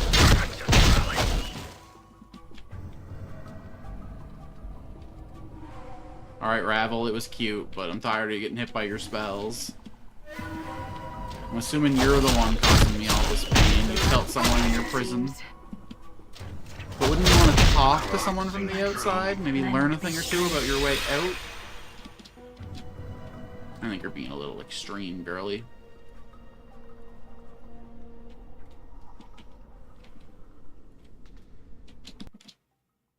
No.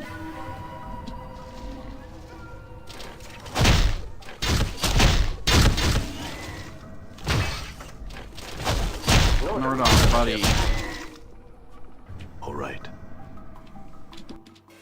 Oh. Hi, Ravel. Here, let me just kill the last of your pets, your jailers. Last of these freaky little things.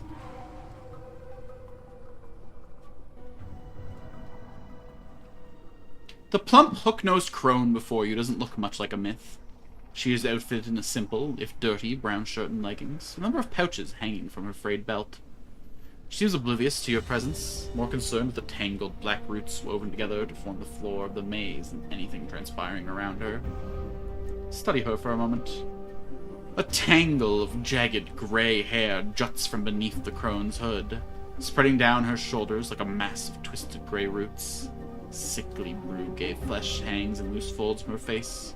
Her narrow chin, long and sharp, juts forward in an extreme underbite, and two filthy yellow canines protrude from her lower jaw like small tusks. Ravel?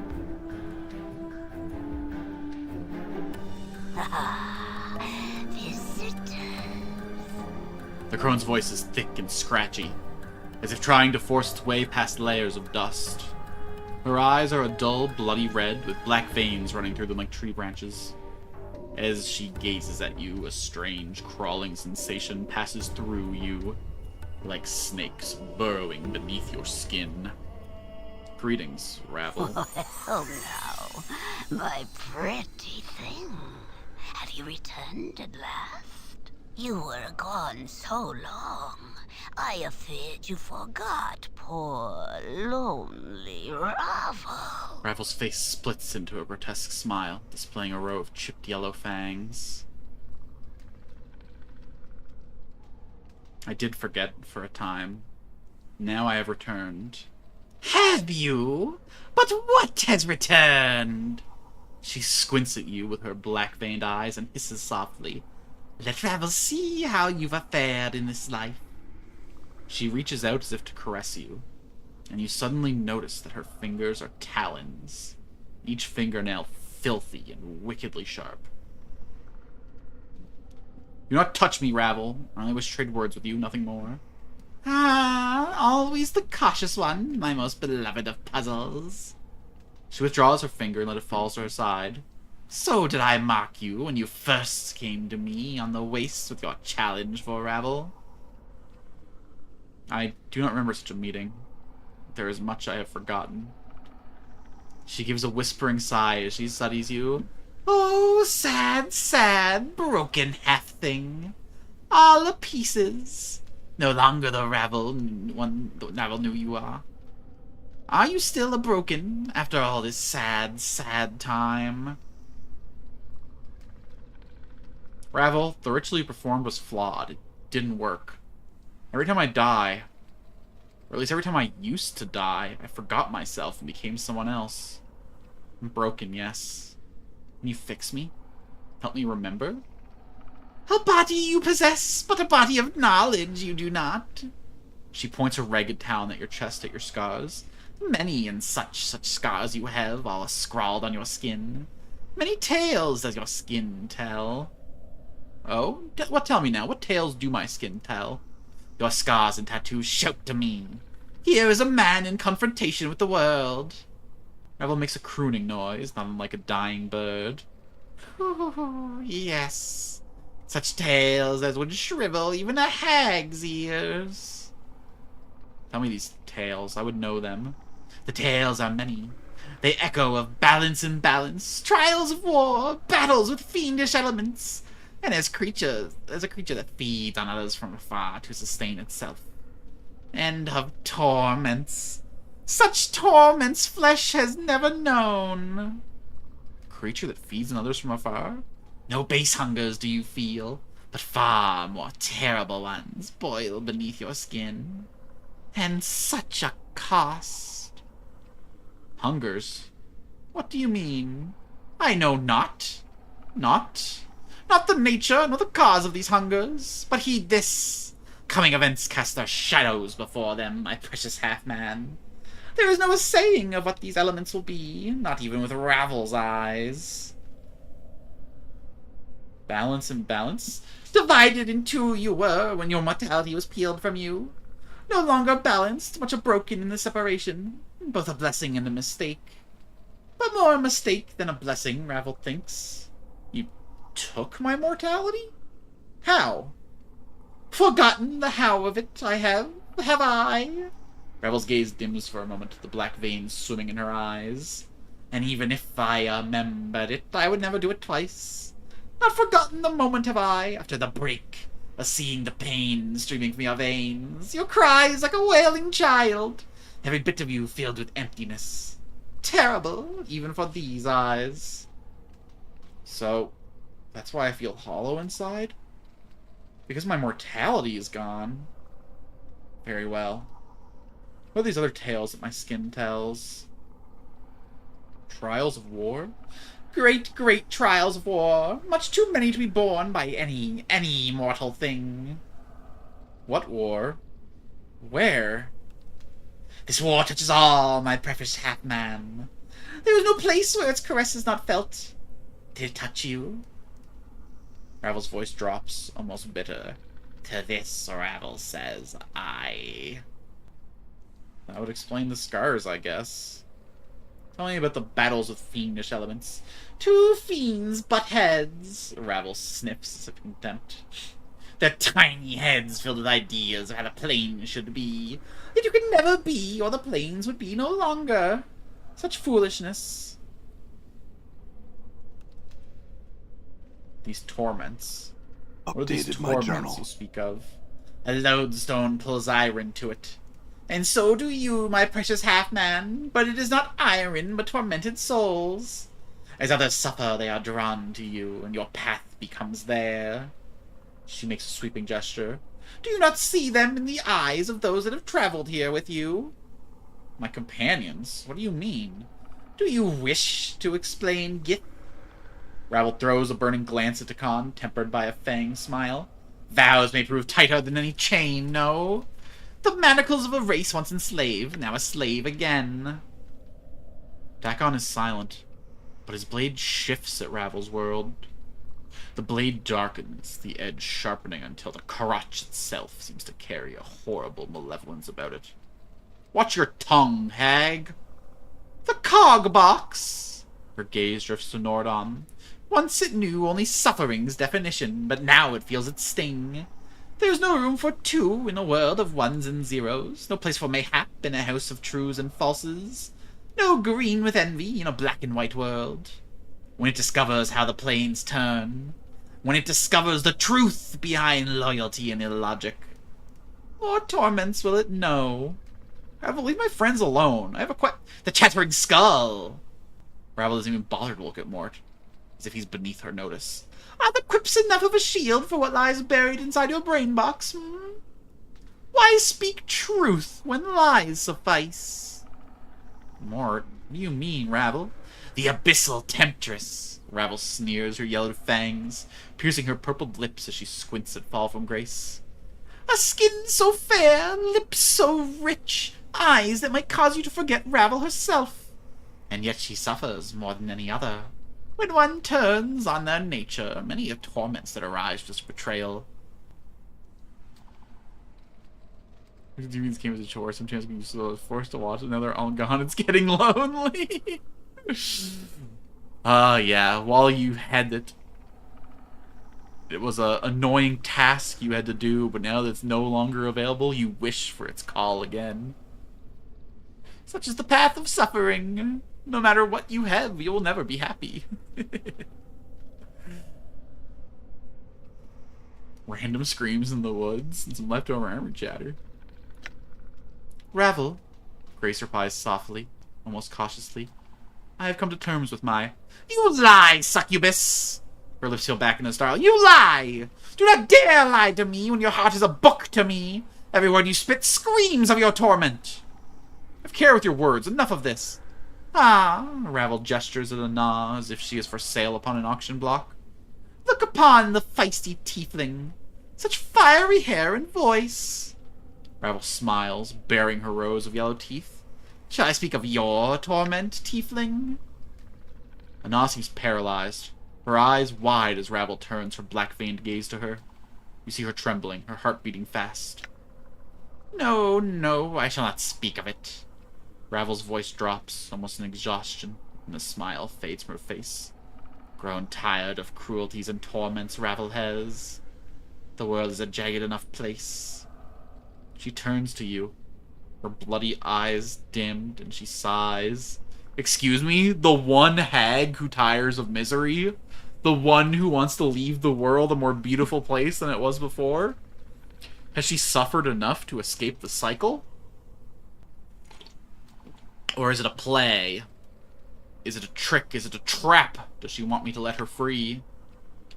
And my precious, precious half-man, for you, the greatest torment of all, life forevermore. Can it be life cares for you as Ravel does? She gnashes her yellow tusks, the horrid clacking noise. One so brave, so passionate, so terribly lost. Sad, sad. Ravel, why did you make me immortal? I must know. A puddle of bone and skin were you, always intriguing, and the most beloved of all who came to me, petitioning, requesting, pleading, pleasing, pleading for help. Ravel stares hard at you, her black-veined ember eyes narrowing. So hard to see past the scars, to dig up the man who once was underneath. Ravel, tell me anything about who I once was. A shadow with substance, a seeking that which casts the light. I know you more, and no. Ravel pauses, her eyes dimming. No more than I know the nature of any man. Cross paths have we. A man tainted with undeath, still feeling the pangs of separation, and an old withered crone, now all imprisoned. Cross paths. Seems it that we are a meeting for the first time. No, not. Ravel seems confused for a moment, then shudders, as if throwing off a weight. Not at all! An echo of a future meeting this is. Or a past meeting, depending on which way time is facing. So this meeting echoes a meeting in the past? The now and then, very similar. So tangled the now and then is, both mirrored in each other. Once and again you come afore me with a problem, to challenge me for a solution to an impossibility. Ravel hisses at you, her eyes ablaze. Beautiful, ungrateful, beloved man! And what was this impossibility that I asked you to solve? Ravel doesn't seem to have heard you. She still seems to be in the past, for her eyes dim, as if looking far away. Such fire in your eyes, enough to stir a grey lady's heart. Passion to be free, but when freed, the fire in your eyes got it out. With the separation, your life has shed all meaning, I fear. Ravel smiles, her yellow fangs, and clicks them together as if laughing. Mayhaps you should sit on your hind legs and limp with your forepaws. Mayhaps Ravel will give you another scrap of knowledge. I will not beg for your aid, Ravel. I will ask, nothing more. As it ever was for you. You would not bend your knees to me, my precious man. Oh, more questions do you have? Ravel croons softly, but there is an edge to it as if she's reprimanding you. But you have already asked so many. Ravel's eyes, black-veined eyes, like a curious gleam. The time for my questions is now, half-man. Very well. Then ask it. Know this and know Ravel's law. If you don't answer my questions, no more of your questions will I answer, my precious man. Step lightly with the answers, or the asking shall tear you apart. Your rules are fair. Ask your questions, Ravel. I would know why you traveled here with these others. No, not the place they were traveling to. Of course they knew. Who don't travel or meet the beautiful Ravel? Few opportunities his life provides such a meeting. They wish to see the tales of your power and beauty were true, as I knew them to be.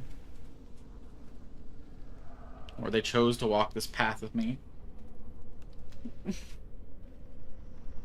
Let's play the... Ravel stares at you for a moment in silence, then her face splits into a horrendous grin.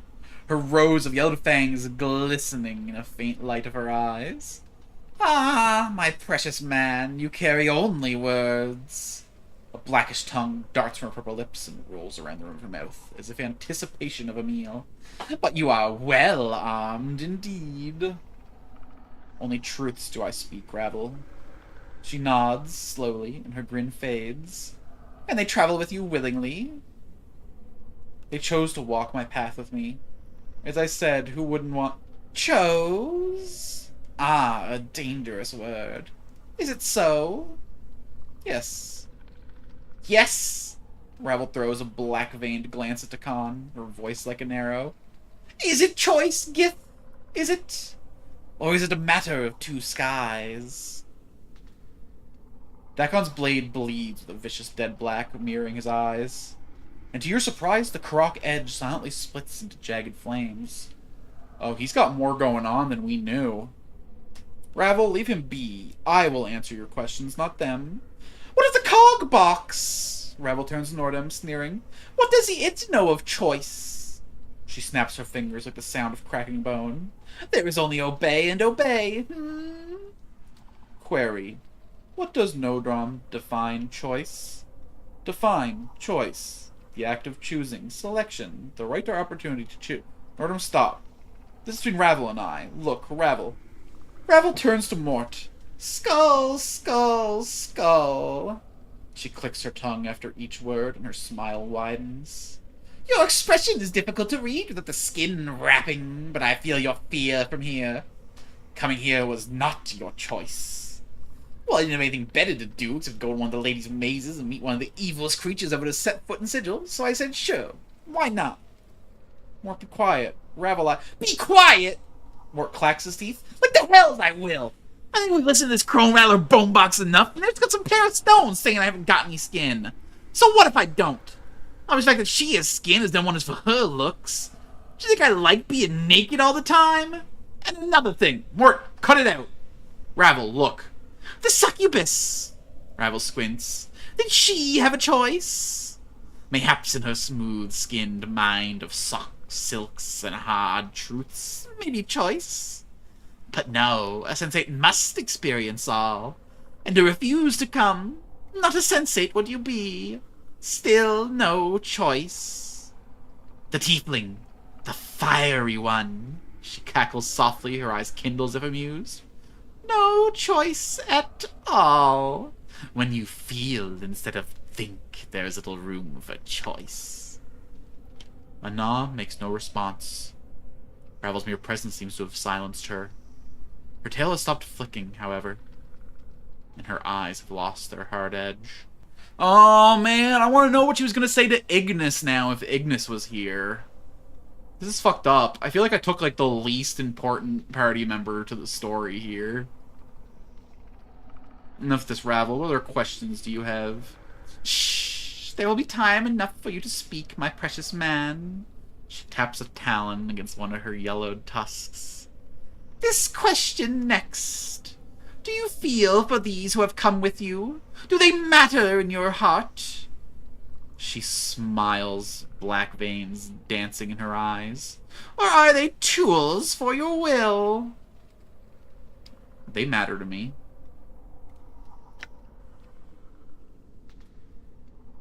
Even the Gith? Her embered eyes fall onto Khan and slide off to look at your eyes again. Speak what he means to you, and say it true, or blanketing my garden he will be.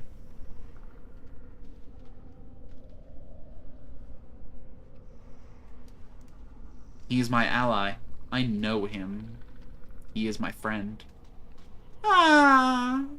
Ravel nods and smiles again, her talons tapping against each other. Does that surprise you? What of the skull? Surely he matters not to one such as yourself. What does he?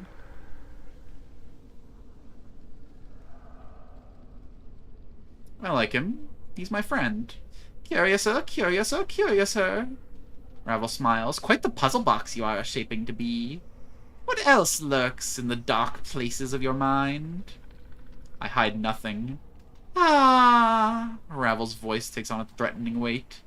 She turns to Falls from Grace, her red eyes blazing. And here is the core of it. The abyssal temptress. Does she rise above the merely carnal to you, or is she something else in your eye?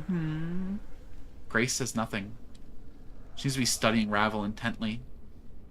We were suddenly struck with the feeling that Grace is sizing up Ravel for weaknesses. Speak, precious man, but have care where your words fall.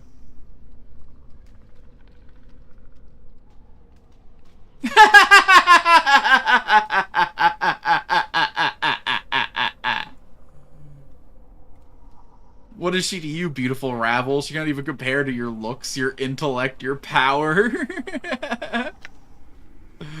I can say that and mean it? I like her. She has many good qualities. I consider her a friend. Ravel slides her gaze off of you and narrows her eyes at Grace. Enough of these games, Ravel. Look.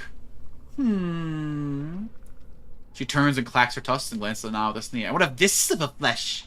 The fiendling. The tiefling with the scarlet hair and the fiery passion. What is she to you, my precious man? I could fall in love with her. Ravel glances at Anna, then snorts, her black-veined eyes gleaming. So be it. My next question is this. Ravel's voice drops, almost whispering, oh, you don't want to ask about Nordom? And suddenly you have a strange feeling she does not want to hear the answer. Why did you wait so long to return to me? Ravel grew lonely without you, precious man. The way to this place is difficult, beautiful Ravel. Efforts have been made to ensure you have little company, and many were the trials I was forced to undertake to stand here before you. Yet I'm glad to see you once again, Ravel. Time has not dulled your beauty, I see. Your answers! Ravel's eyes glint and her lips peel back in a grotesque smile. Your words are soothing, and have not been heard in such a time. They stir even my black-brambled heart. No matter where your memories be, your charms remain, pretty thing. Nay, it is your charms that persist, beautiful Ravel. Of charms, enchantments, beguilements, all these Ravel has mastered. And yet, there is much it seems you could teach I. Perhaps, have you another question for me? Ah, yes. The third and last question is this. As Ravel opens her mouth to speak her final question, you are suddenly gripped with the terrible realization that this final question has murdered many others to whom it's been asked. You know what it is, and you feel it welling up within you. You feel compelled to ask it. What could change the nature of a man? What can change the nature of a man?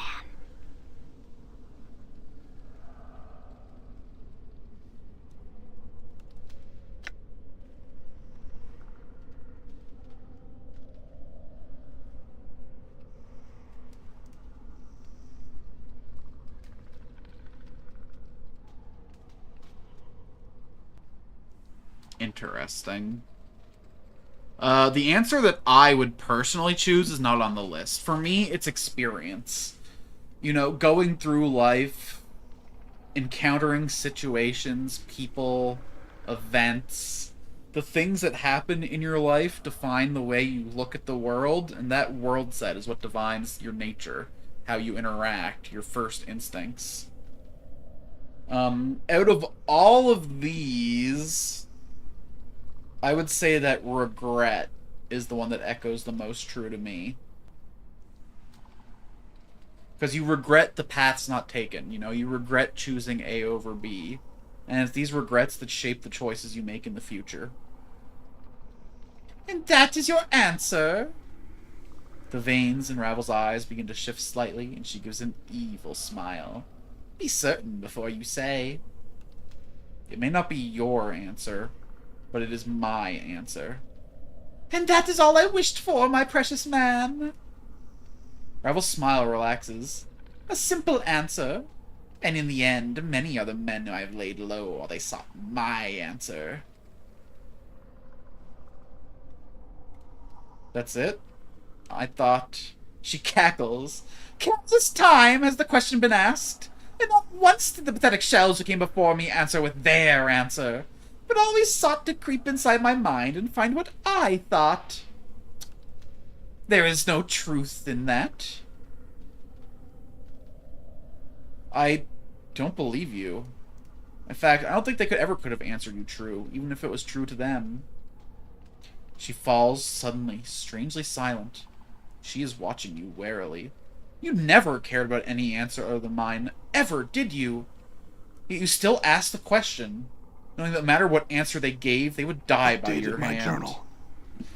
Of course your answer was the only one I sought, for you were the only reason I asked the question. Did you think I cared for them? Do you think I even cared a fraction of the amount for them I cared for you, my precious man? Answer me that. I'm through answering your questions, Ravel. Now you'll answer mine. Of course, ever questions, ever questions. Why did you make me immortal, Ravel? It's what you wanted, seedling. You asked so sweetly. Now how could Ravel say no to one such as you? Immortality was your solution, and your challenge to me. My solution? But why? I don't know, seedling. Time has chipped away at my memories as well, it would seem. If you remember, tell me. I'm a curious myself. It must have been something important. Isn't it the nature of a man to want to live forever? Only if what lies in the other path carries greater pain. Ravel, this is important. Do you have any idea why I asked you to do it? Death was a thing you needed to dodge. An easy thing to say, mayhap, but to do it is not. Immortality, even with its flaws, was the best solution this withered mind could untangle. Yet, lead is not easily a change to gold, but it is possible. Thought the unwise. Unwise? Ravel. If water can be drawn from blood, mortality be taken from a mortal, peeled back like a sticky film. So you pulled it off. The gulf between man and unman is great. You traveled the distance. I provided the means, but you crossed on your own. Ravel slaps her head and rakes her hand through her hair. Bad, Ravel! Mortals are too flawed to be made to last. Still, they break. They must be dragged, kicking and screaming, into an unhealthy new mold. Unhealthy? So the ritual was flawed? Shortcuts must be made, and they can break the molded. For it is not always the mold that breaks, but the substance poured within it. Force something into a shape it was not meant to be, and it breaks. I thought the material was of stronger stuff, but you have been broken. But I am immortal. Surely it was a success. You have survived long, immortal one, but you will become prey of the creature that is life. She cups her hands, then reverses it, forming a canopy with her hands. The body is but a hut for the soul, but now no one dwells in your hut. What went wrong with the ritual? Puzzle-fleshed, broken, beautiful, beautiful, mortal man, the ritual was not a finished thing. Her brows wrinkle, and her talons pick at her hair, tugging on a low strand. But the ritual gave you what you wanted, but great were the costs. The casting of shadows, the quiet, violent deaths of the mind, and the pain-taking emptiness. These things are dangerous, are in such a fragile vessel, no matter how strong a mortal man. Forget them in the ritual, I do. Casting of shadows. Ungrateful grades! Ungrateful shades! But ungrateful without cause. The shades, they hate you, nameless one, for they are fathered by you. Your children, once forsaken, they will never forgive. They will do everything they can to destroy the parent. Such is the way of children. Oh, maybe I should send your child in here next. How do I father shades, these shadows? Uh-oh.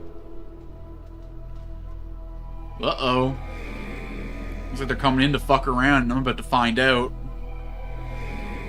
Hello, my children. Have you come for child support? I'm down to my last 5,000 coins, and I need them to buy one of my mistresses a new bodice, so, don't got any coins for you or your mum, sorry.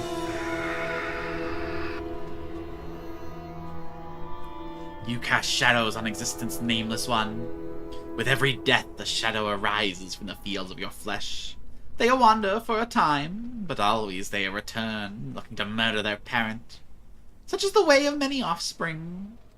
And then when they kill me successfully, they create another. She purses her lips in disapproval, then suddenly pokes you in the chest with a talon. And thankless young men such as yourself. Tell me more about this ritual. The ritual gave you what you wanted, but great were the costs. The quiet, violent death of the mind? Man, I probably died 100 times in this playthrough alone, and I can't imagine how many times he's died before I took control. Are there gonna be more shadows later in the game the more I die? Am I building myself a combat challenge with every... 1,000 deaths and you recover from each. Not so the mind. The mind is much more fragile. Its scars run deep and do not heal. The brain is encased in a hard-bone shell, difficult to breach, but with no defense against that which eats at it within. Painstaking emptiness.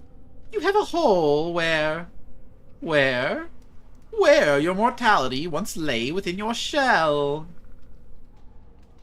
Rattle, rattle, goes the hollow man, a baby's plaything, with naught but a tiny stone that clatters and clacks in your frame. Despite these problems, it seems like the ritual will Updated work. my journal. Do you doubt Ravel? Of course I delivered on what was promised. Not long after the spell drew to a close, I killed you to see if it had worked. You struggled so, but I kept my grip tight, watched you die your first of many deaths. She clacks her teeth. Then was I learned in its flaws. What flaws? Ego unwraps like a prison. Forgot I did that oftentimes serves as a shield. My pretty, pretty thing, there is much wisdom and understanding in the truth that life is a preparation for the ultimate goal, death. Our life is a means by which we learn how to die. If we forget such things... So that's when you discovered I lost my memories when I died. Oh my god, she's a fucking Dusty in the making, isn't she? Yes! Ravel nods. Unfortunately, without mortality to hold such memories tight, the shell of a body is... So you took my mortality from me.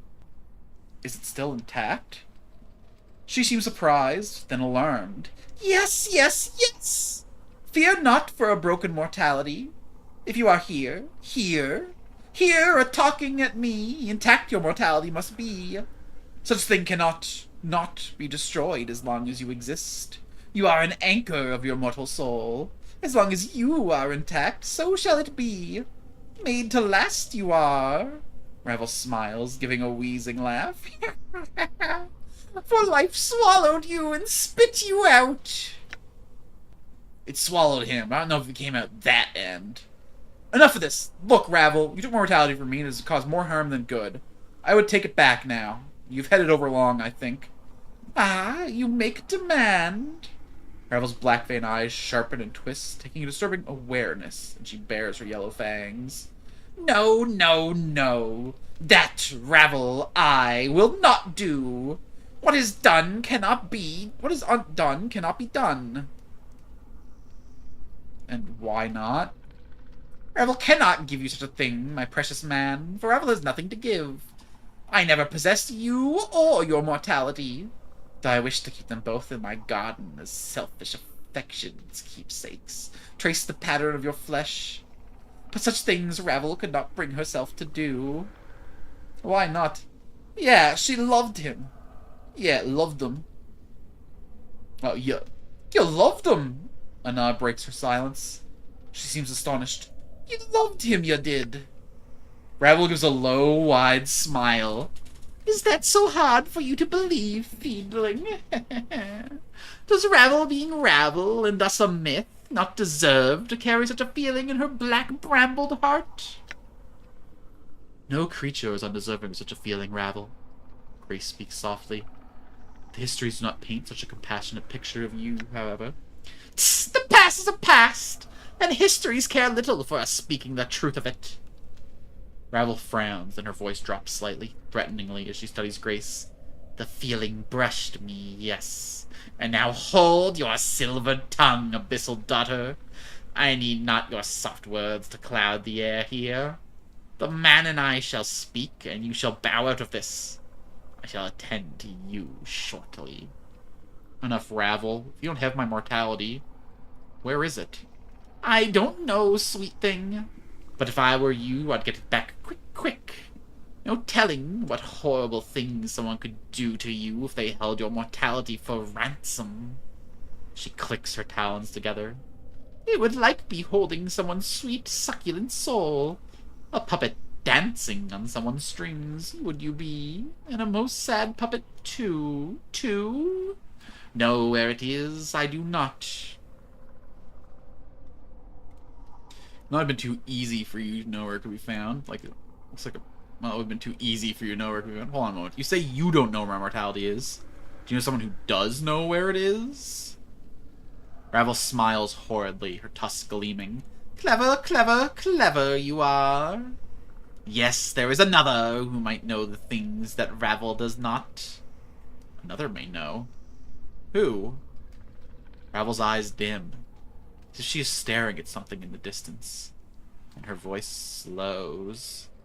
Ah, fair-skinned one, must you ask? An angel, a diva, one who soars on the wings of morning with his hands, is the architect of horizons.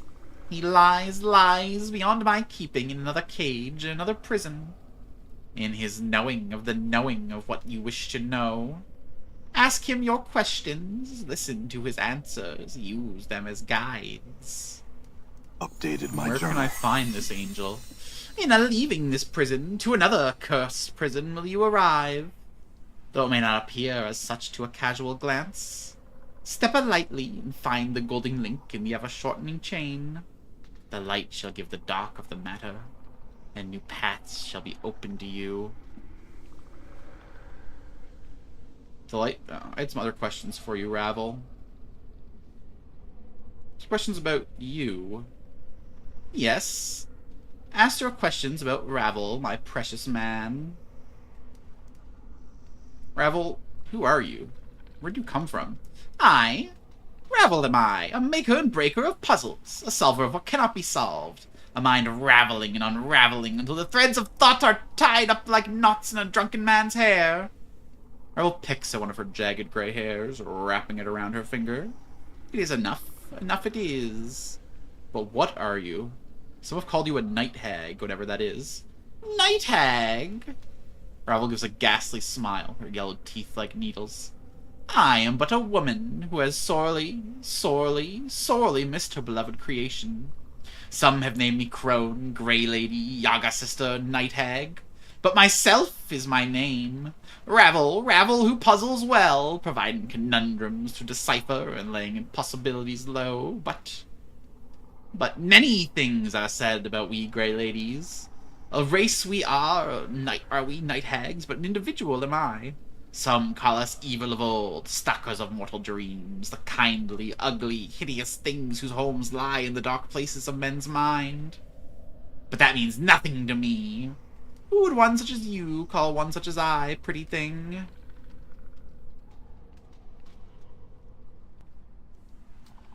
I find you beautiful, Ravel. Not perhaps to the eye, but your mind seems sharp and vibrant. Do you think I care for such truths? A hex on inner beauty, no matter how long it may last the flesh. Think you ugly, am I? Ravel, you are not ugly.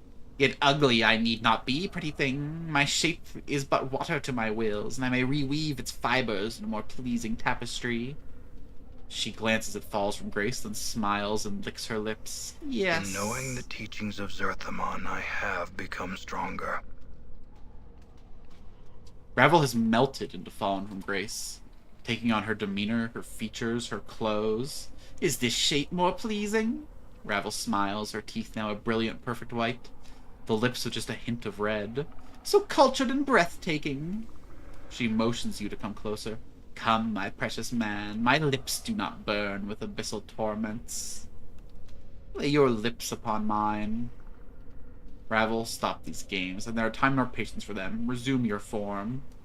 Mayhaps it is the rougher woman you crave, the one of passionate fire. She glances at Anna, who stiffens as Ravel gaze pins her.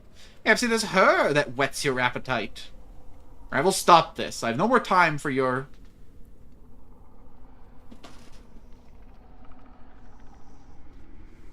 Oh, has melted into Anna's shape, taking her demeanor, her features, leather vest. Is it the rough-edged woman you crave, the one for whom age is not the template of passions? Anaz ravels, tail flicks of anticipation. Come, caress my lips with your own, and I shall please you. Ravel?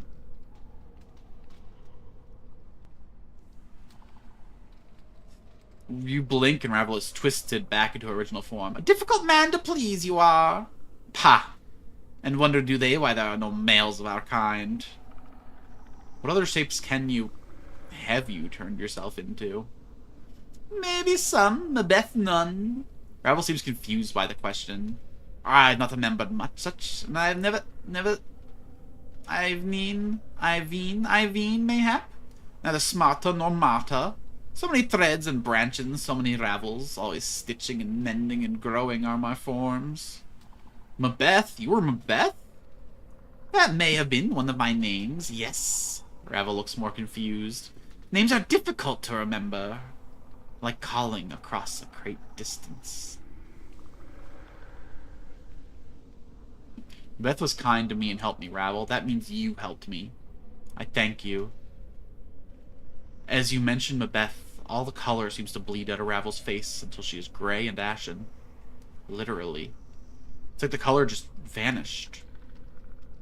And you'll be, Is your path bring you back to old Mabeth's door, child? I came to learn more of the art. Can you teach me any more? Much more. Because I need power.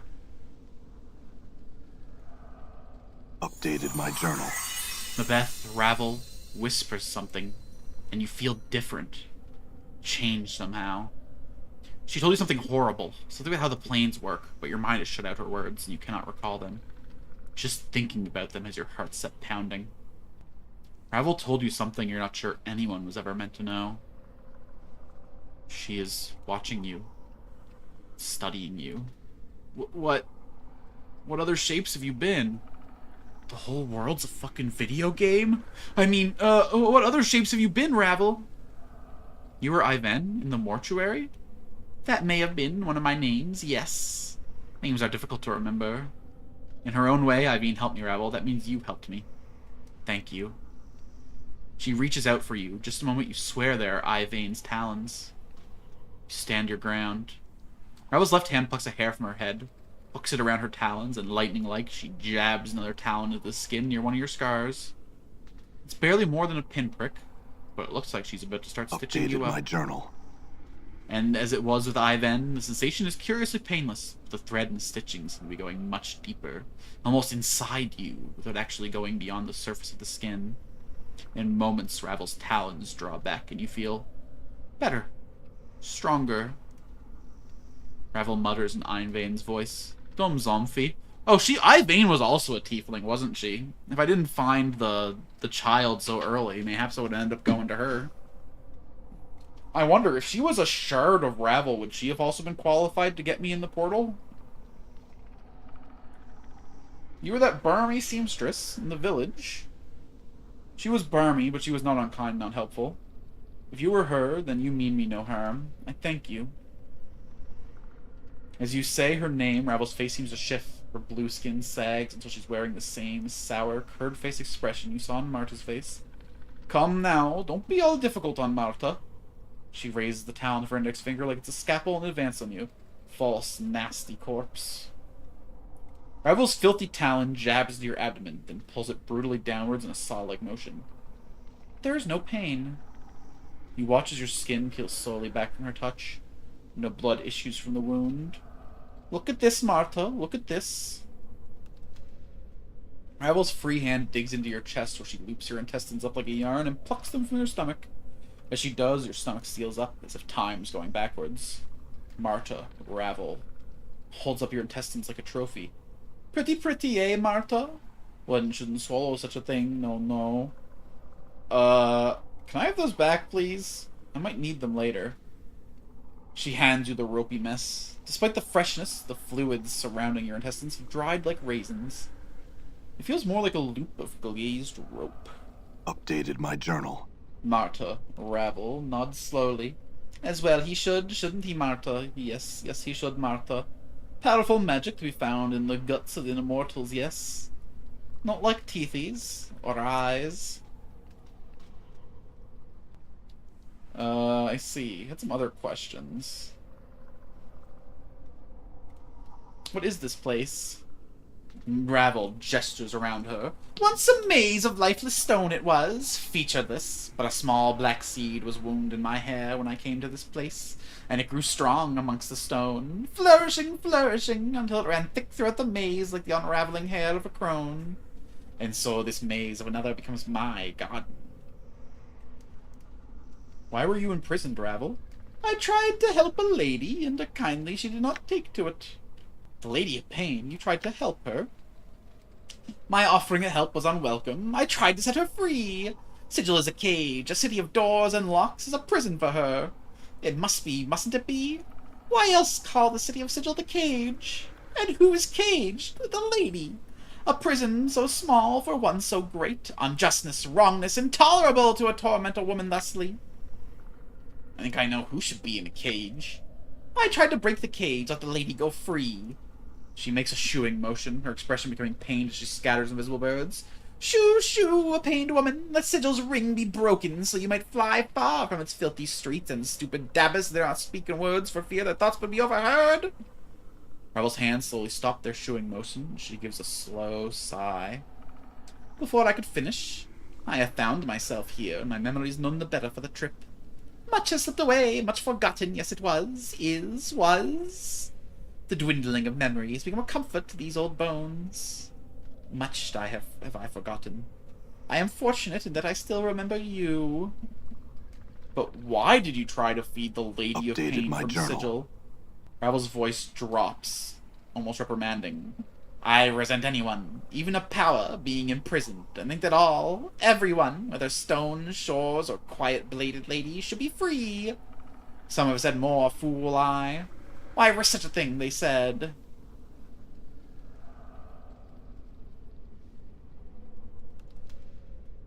Is that what you were trying to do when I met you so long ago?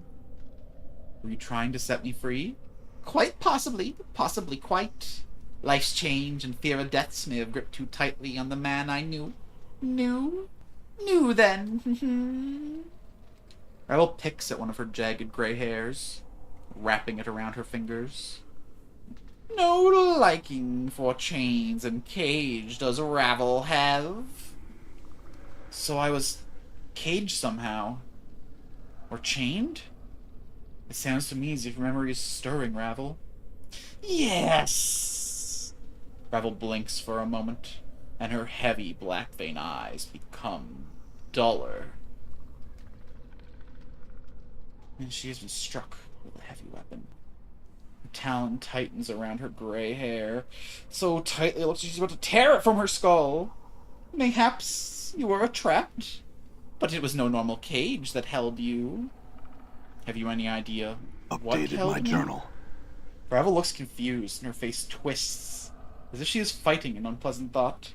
I have forgotten. Mayhaps a promise? No. Her fingers tightens around the gray hair, and to your surprise there is a snap like a twig breaking, and Ravel tears the hair from her head. A trickle of black blood worms from beneath her skull cap, and she hisses in anger. Ravel, are you all right? No more, will I say? Ravel's face wrinkles in pain. The talon covered, the blood-tipped gray hair, even plucked from her head, it looks jagged and stiff. I do not know, and no knowing shall I share. She stares down at the gray hair wrapped around her talon, and then she hisses, flicks it to you. Take this, and leave the past where it lies, half-man. Very well. The legends claim you are a powerful mage. Can you teach me some of the art? Ravel frowns disapprovingly, her bluish skin twisting like a rag. Does Ravel know the art? Is your mind gone away of the mortality, a thing all up and lost? I have forgotten more of the art than you shall ever know. Can you teach me some of the art, then? Ravel narrows her black-veined eyes, studying you. Mayhaps I could be persuaded by one such as you, though any other would not have such a chance, nor the boon I offer. Are you a rudimentary student in the arts am I facing a tried and tired master? I really couldn't say. I seem to be alternately complimented and ridiculed for my efforts. You are one who creeps along the middle path when speaking to others, I see. Such a path lacks conviction. Ravel scrunches her eyes. She stares at you. Had to guess you are a fledgling mage, but you've a branching of potential that is yet to grow. I'll give you this. Close your eyes. Listen. I tried to close my eyes in real life, but as you close your eyes and listen, a tremor passes through you, as if barbed snakes were burrowing beneath your flesh. When your eyes open, within your palm is a strange black barbed seed. You have no idea how it got there. Ravel is watching you carefully. Take the seed. Learn from it. Very well.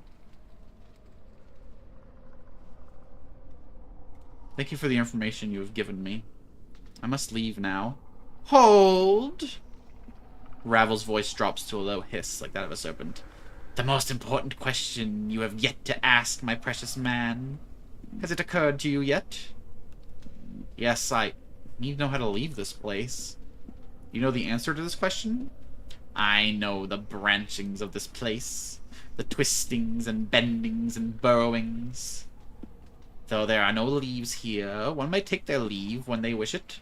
So you do know how to leave. Wrap your hands about you like branches, make them encircle your chest like a cage.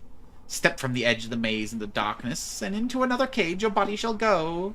A simple leaving, but there is no return when you take the final step. So take heed and take what you need before you take step. Which edges of the maze do I leave by? Which? A question posed to the witch. Which? Of all, one of the edges knows not I, the remembering of which has failed me, and the edges of the maze have little to say on the matter. You've known how to leave.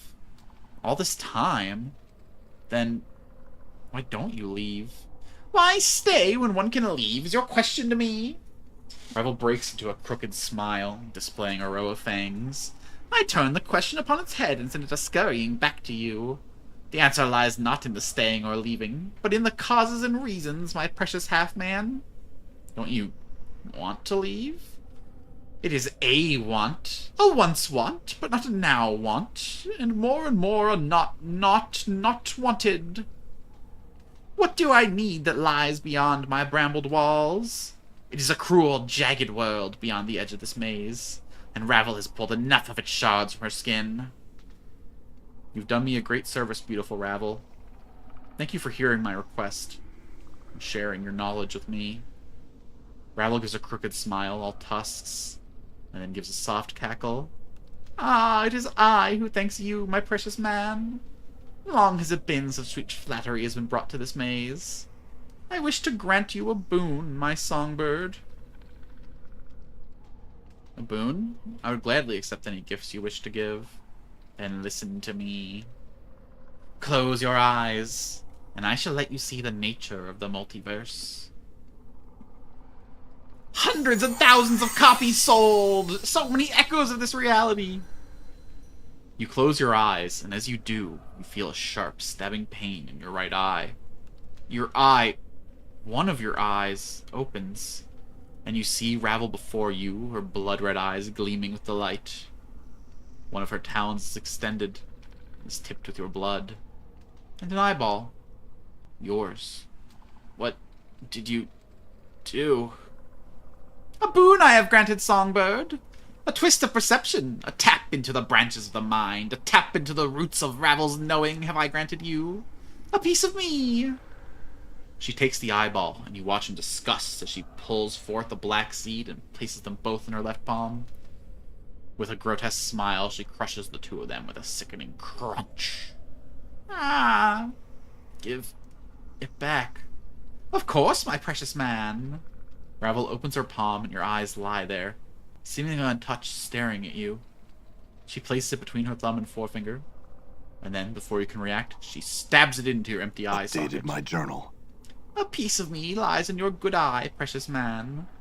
When you see the planes through that eye, you'll understand more than you once did. Wiser you will be, and more experienced of the planes and their turnings. You understand, and that is all. Thank you, Ravel. I bid you farewell. As you are about to utter your farewell, you suddenly feel a crawling sensation in your skull. And you notice the black-veined eye. Ravel's black-veined eyes taking on a strange, predatory fire. You're not going to let me leave, are you, Ravel? A perceptive question. Yet it not the real question. Ravel's voice takes on a strange whisper. Very sad. It sends a faint echo through your mind. The question is, do you wish to leave me, half-man? Fair Ravel, you have helped me when I came to you so long ago, and you have done so again. I will not forget what you have done. But now I must leave. I have to know more about myself. There is a terrible shimmering in the air around Ravel, and the sound of snapping twigs, cracking tree limbs, the horrid sound of trees bending, splintering. What? Ravel's lips peel back, and her voice becomes a shrill like a howling wind. What do you know of knowing, half-man? Know this! Know you will stay here until the end of days in my brambled garden, never to leave, and you shall love me as you were meant, as you promised. I'm afraid I'd be poor company, Ravel, and I cannot stay in any event. I'm afraid you must allow me passage. I shall not let you leave! I have the power to keep you here, and I shall use it! My Black Barb Maze shall not allow you to travel beyond it while I live, my precious half-man! Ravel, I don't want to fight you. Don't do this. Allow me passage, and I shall return to visit you. You need not be alone in this place. Return? Return as you claimed you would so long ago? No. No, you shall not lie to Ravel twice. No more centuries will I wait for you. Ravel's lips peeled back, and her talons seemed to grow into fiendish claws. Here in my garden you will stay, and to wander the plains you will no longer. Calm yourself. You have forgotten your place, half-man. Humility is in order. Updated my Looks like journal. my skills have increased. Met all of Ravel's branching incarnations in Sigil. Oh shit. Attend me. Really? These are your big summon? This is what you think's gonna help you win this fight? Okay, look. You can run away for a I second. hear your words. And then everyone will be else done. get to business. How We'll may I have help? Falls from Grace lock this one up. What? We'll have Mort lock this one up. I will hear And you. then everyone else Target dropped. join Grace. Reiterate request.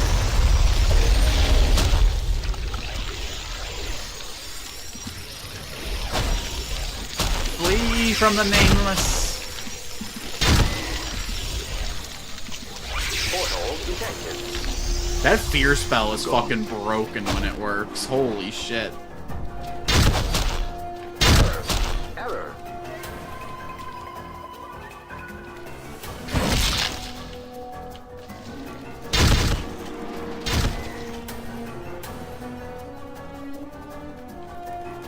What's up, Chief?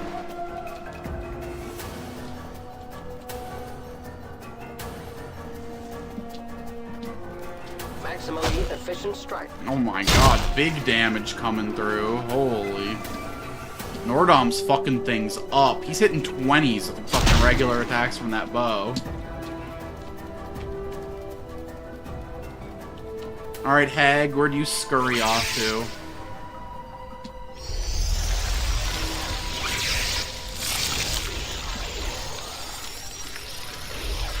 Balance in all things.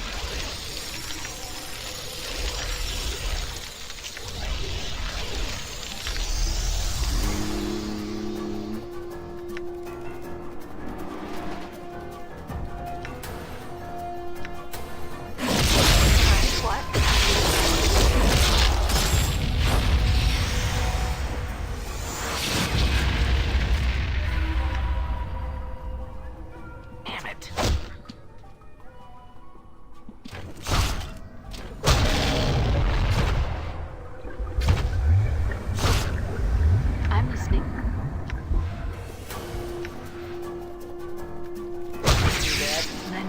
strength. Bang, bang, falls silver hammer comes down upon her head.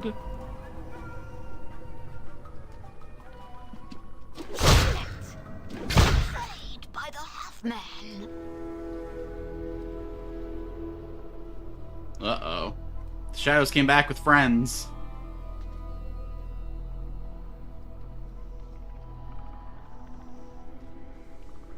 I guess without the prisoner, will the prison be unmade? Oh, Lord. Mercy upon this foolish immortal who knows not what he trifles with. Ooh, that's a lot of loot.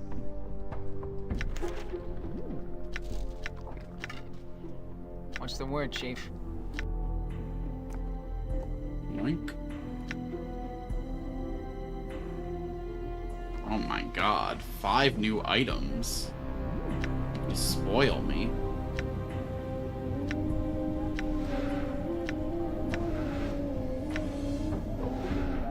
This ropey mass of bloody intestines is yours. Ravel pulled them quickly and painlessly out of your body when she... Oh. I'm still paused.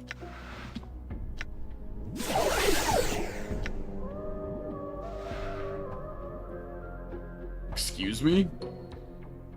This ropey mass of bloody intestines is yours. Ravel pulled them quickly and painlessly out of her body when she reverted to Marta during your conversation in the black barbed maze.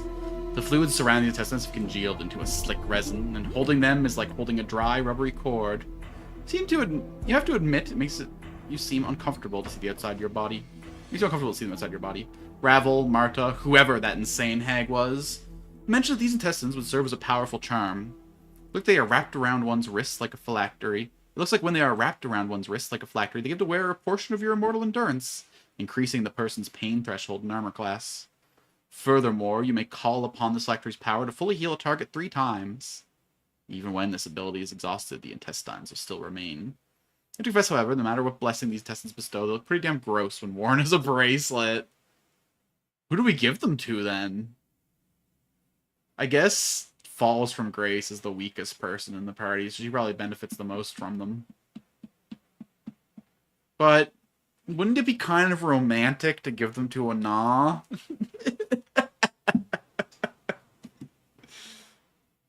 I don't know, I need your definition of romance, Kata.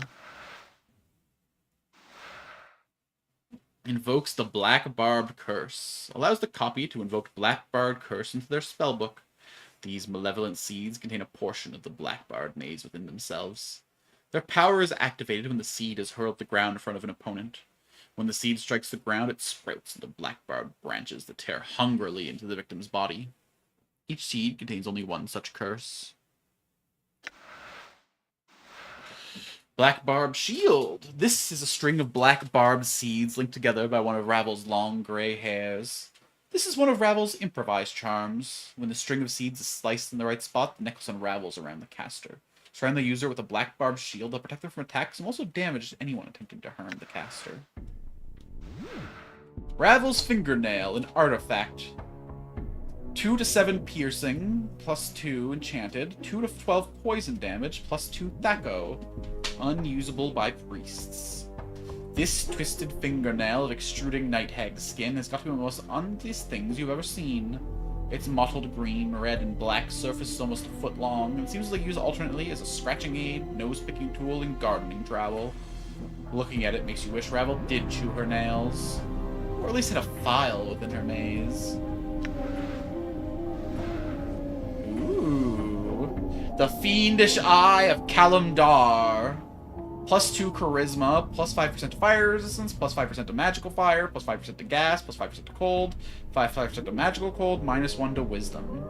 A well-known and respected fiend from the lower planes, Kalimdar was a member of the fated faction in Sigil. His businesses were spread far and wide, and said he had a glittering touch. For every enterprise he undertook was successful. He planned carefully, took few risks, and prospered. Occasionally he was forced to collect on debts, which could be bloody undertakings. But in the end, he always received his payments. One day, one of his debtors came to Kalimdar and told him he could not settle the debt with coins, but would provide something of greater worth if the fiend was interested. The man was a hedge wizard of lizard power, but he claimed he knew the ways of a blessing in businessman's eye, so that no opportunity would ever escape his sight. Kalimdar, both greedy and intrigued, agreed to accept the enchantment as payment. It worked too well, as perhaps the wizard had intended. Kalimdar's enchanted eyes soon saw opportunities everywhere. Too many to be exploited, and many others the fiend did not know how to take advantage of.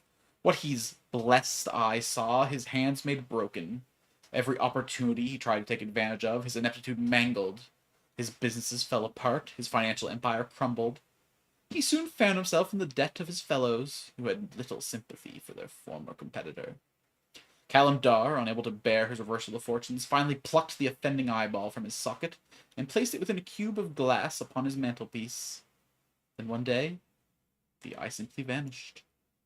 It is said the eyeball itself saw a better opportunity as a free agent, but this has never been proven. When placed within an empty eye socket, not only does the fiendish eye grant the wearer a trace of Kalimdar's fiendish immunities, it also grants the wearer a bonus to their dealings with others, allowing them to thread their way through a conversation and take what they need. Still, the blinding array of opportunities that presents to the wearer blinds him to opportunities to not take, reducing how much he learns from his experience. That's fun. That's really fun. What are my stats at currently? This put me to 20 Wiz and 21 Charisma.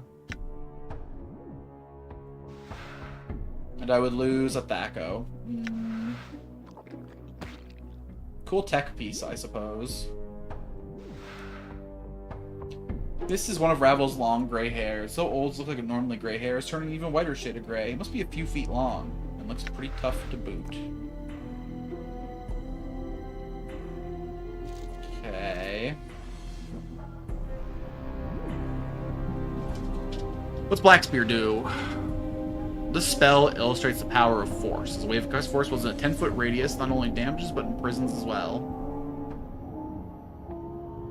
Ooh. Okay, so it creates an explosion that does 1 to 4, plus 1 per caster level.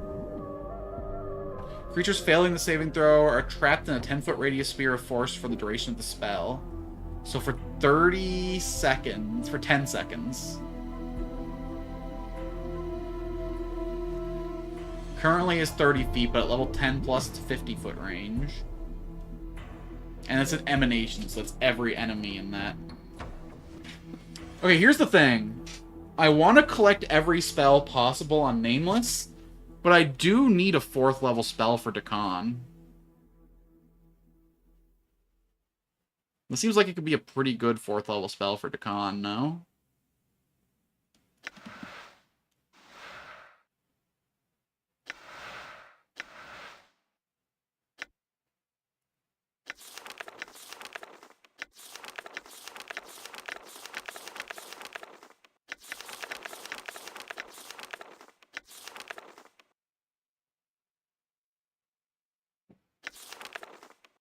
Black Barbed Curse.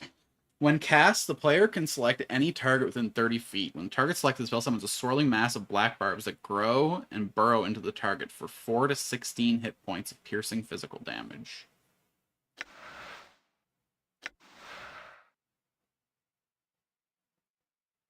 Way less damage than a leveled up Adder's Kiss will do.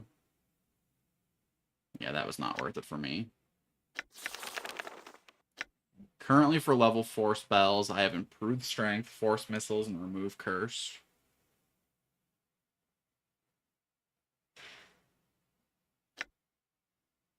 Yeah, okay. Feels shitty to give away Ravel's gifts to another, but...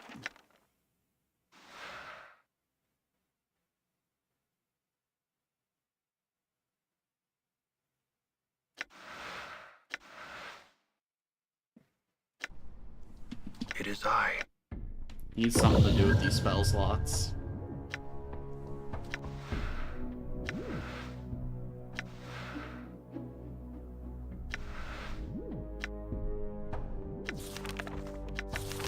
And now he needs a 5th level spell.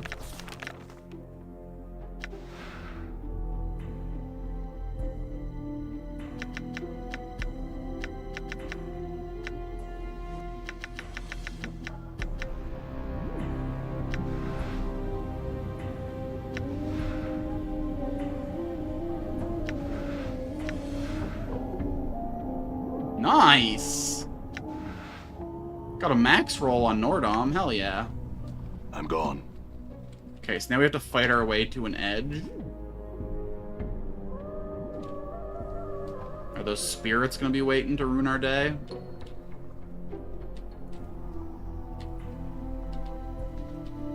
What foul creatures must I face?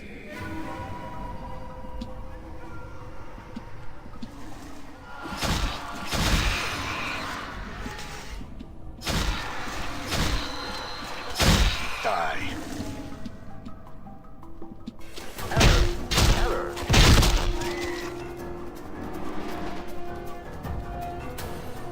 Space beneath this bramble arch seems to show a large desert city surrounded by great walls.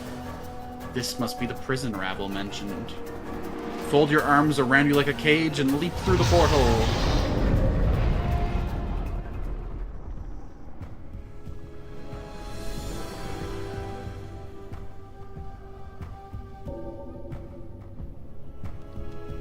Off with you. Dead I am. Then Death's kingdom has sealed its gates to us both. Arise, crone. Shh. Away with you. I'm dead, and no traffic with the living may I have. I care little for how you die, but I warn you for the last time. Arise, or I shall slay you where you lie.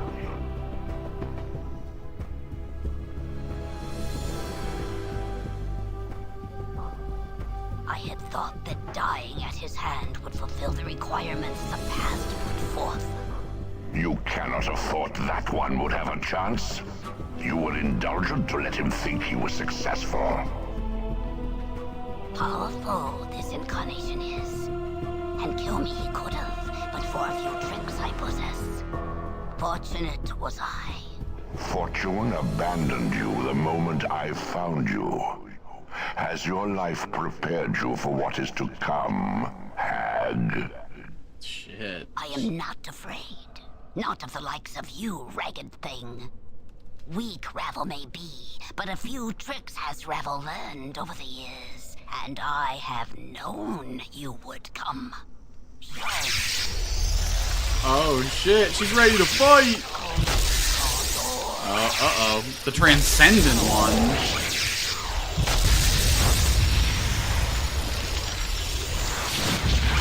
Oh god, what creature does she now face?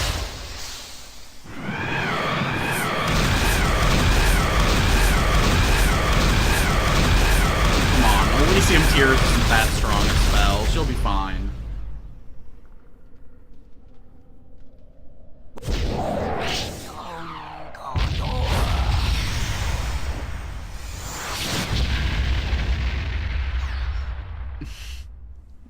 Alright, yeah, show me more of your tricks. Oh god. Consistent dots. Oh, I'm gonna need a plan to deal with the fucking spears of the sun. The green fellfire. Yeah, I think this is just a power scaling fight. This is to show us how longer OP. shall you trouble existence with your presence, witch.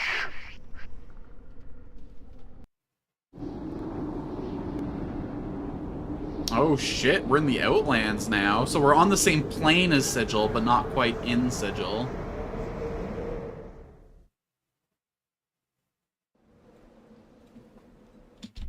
Cursed.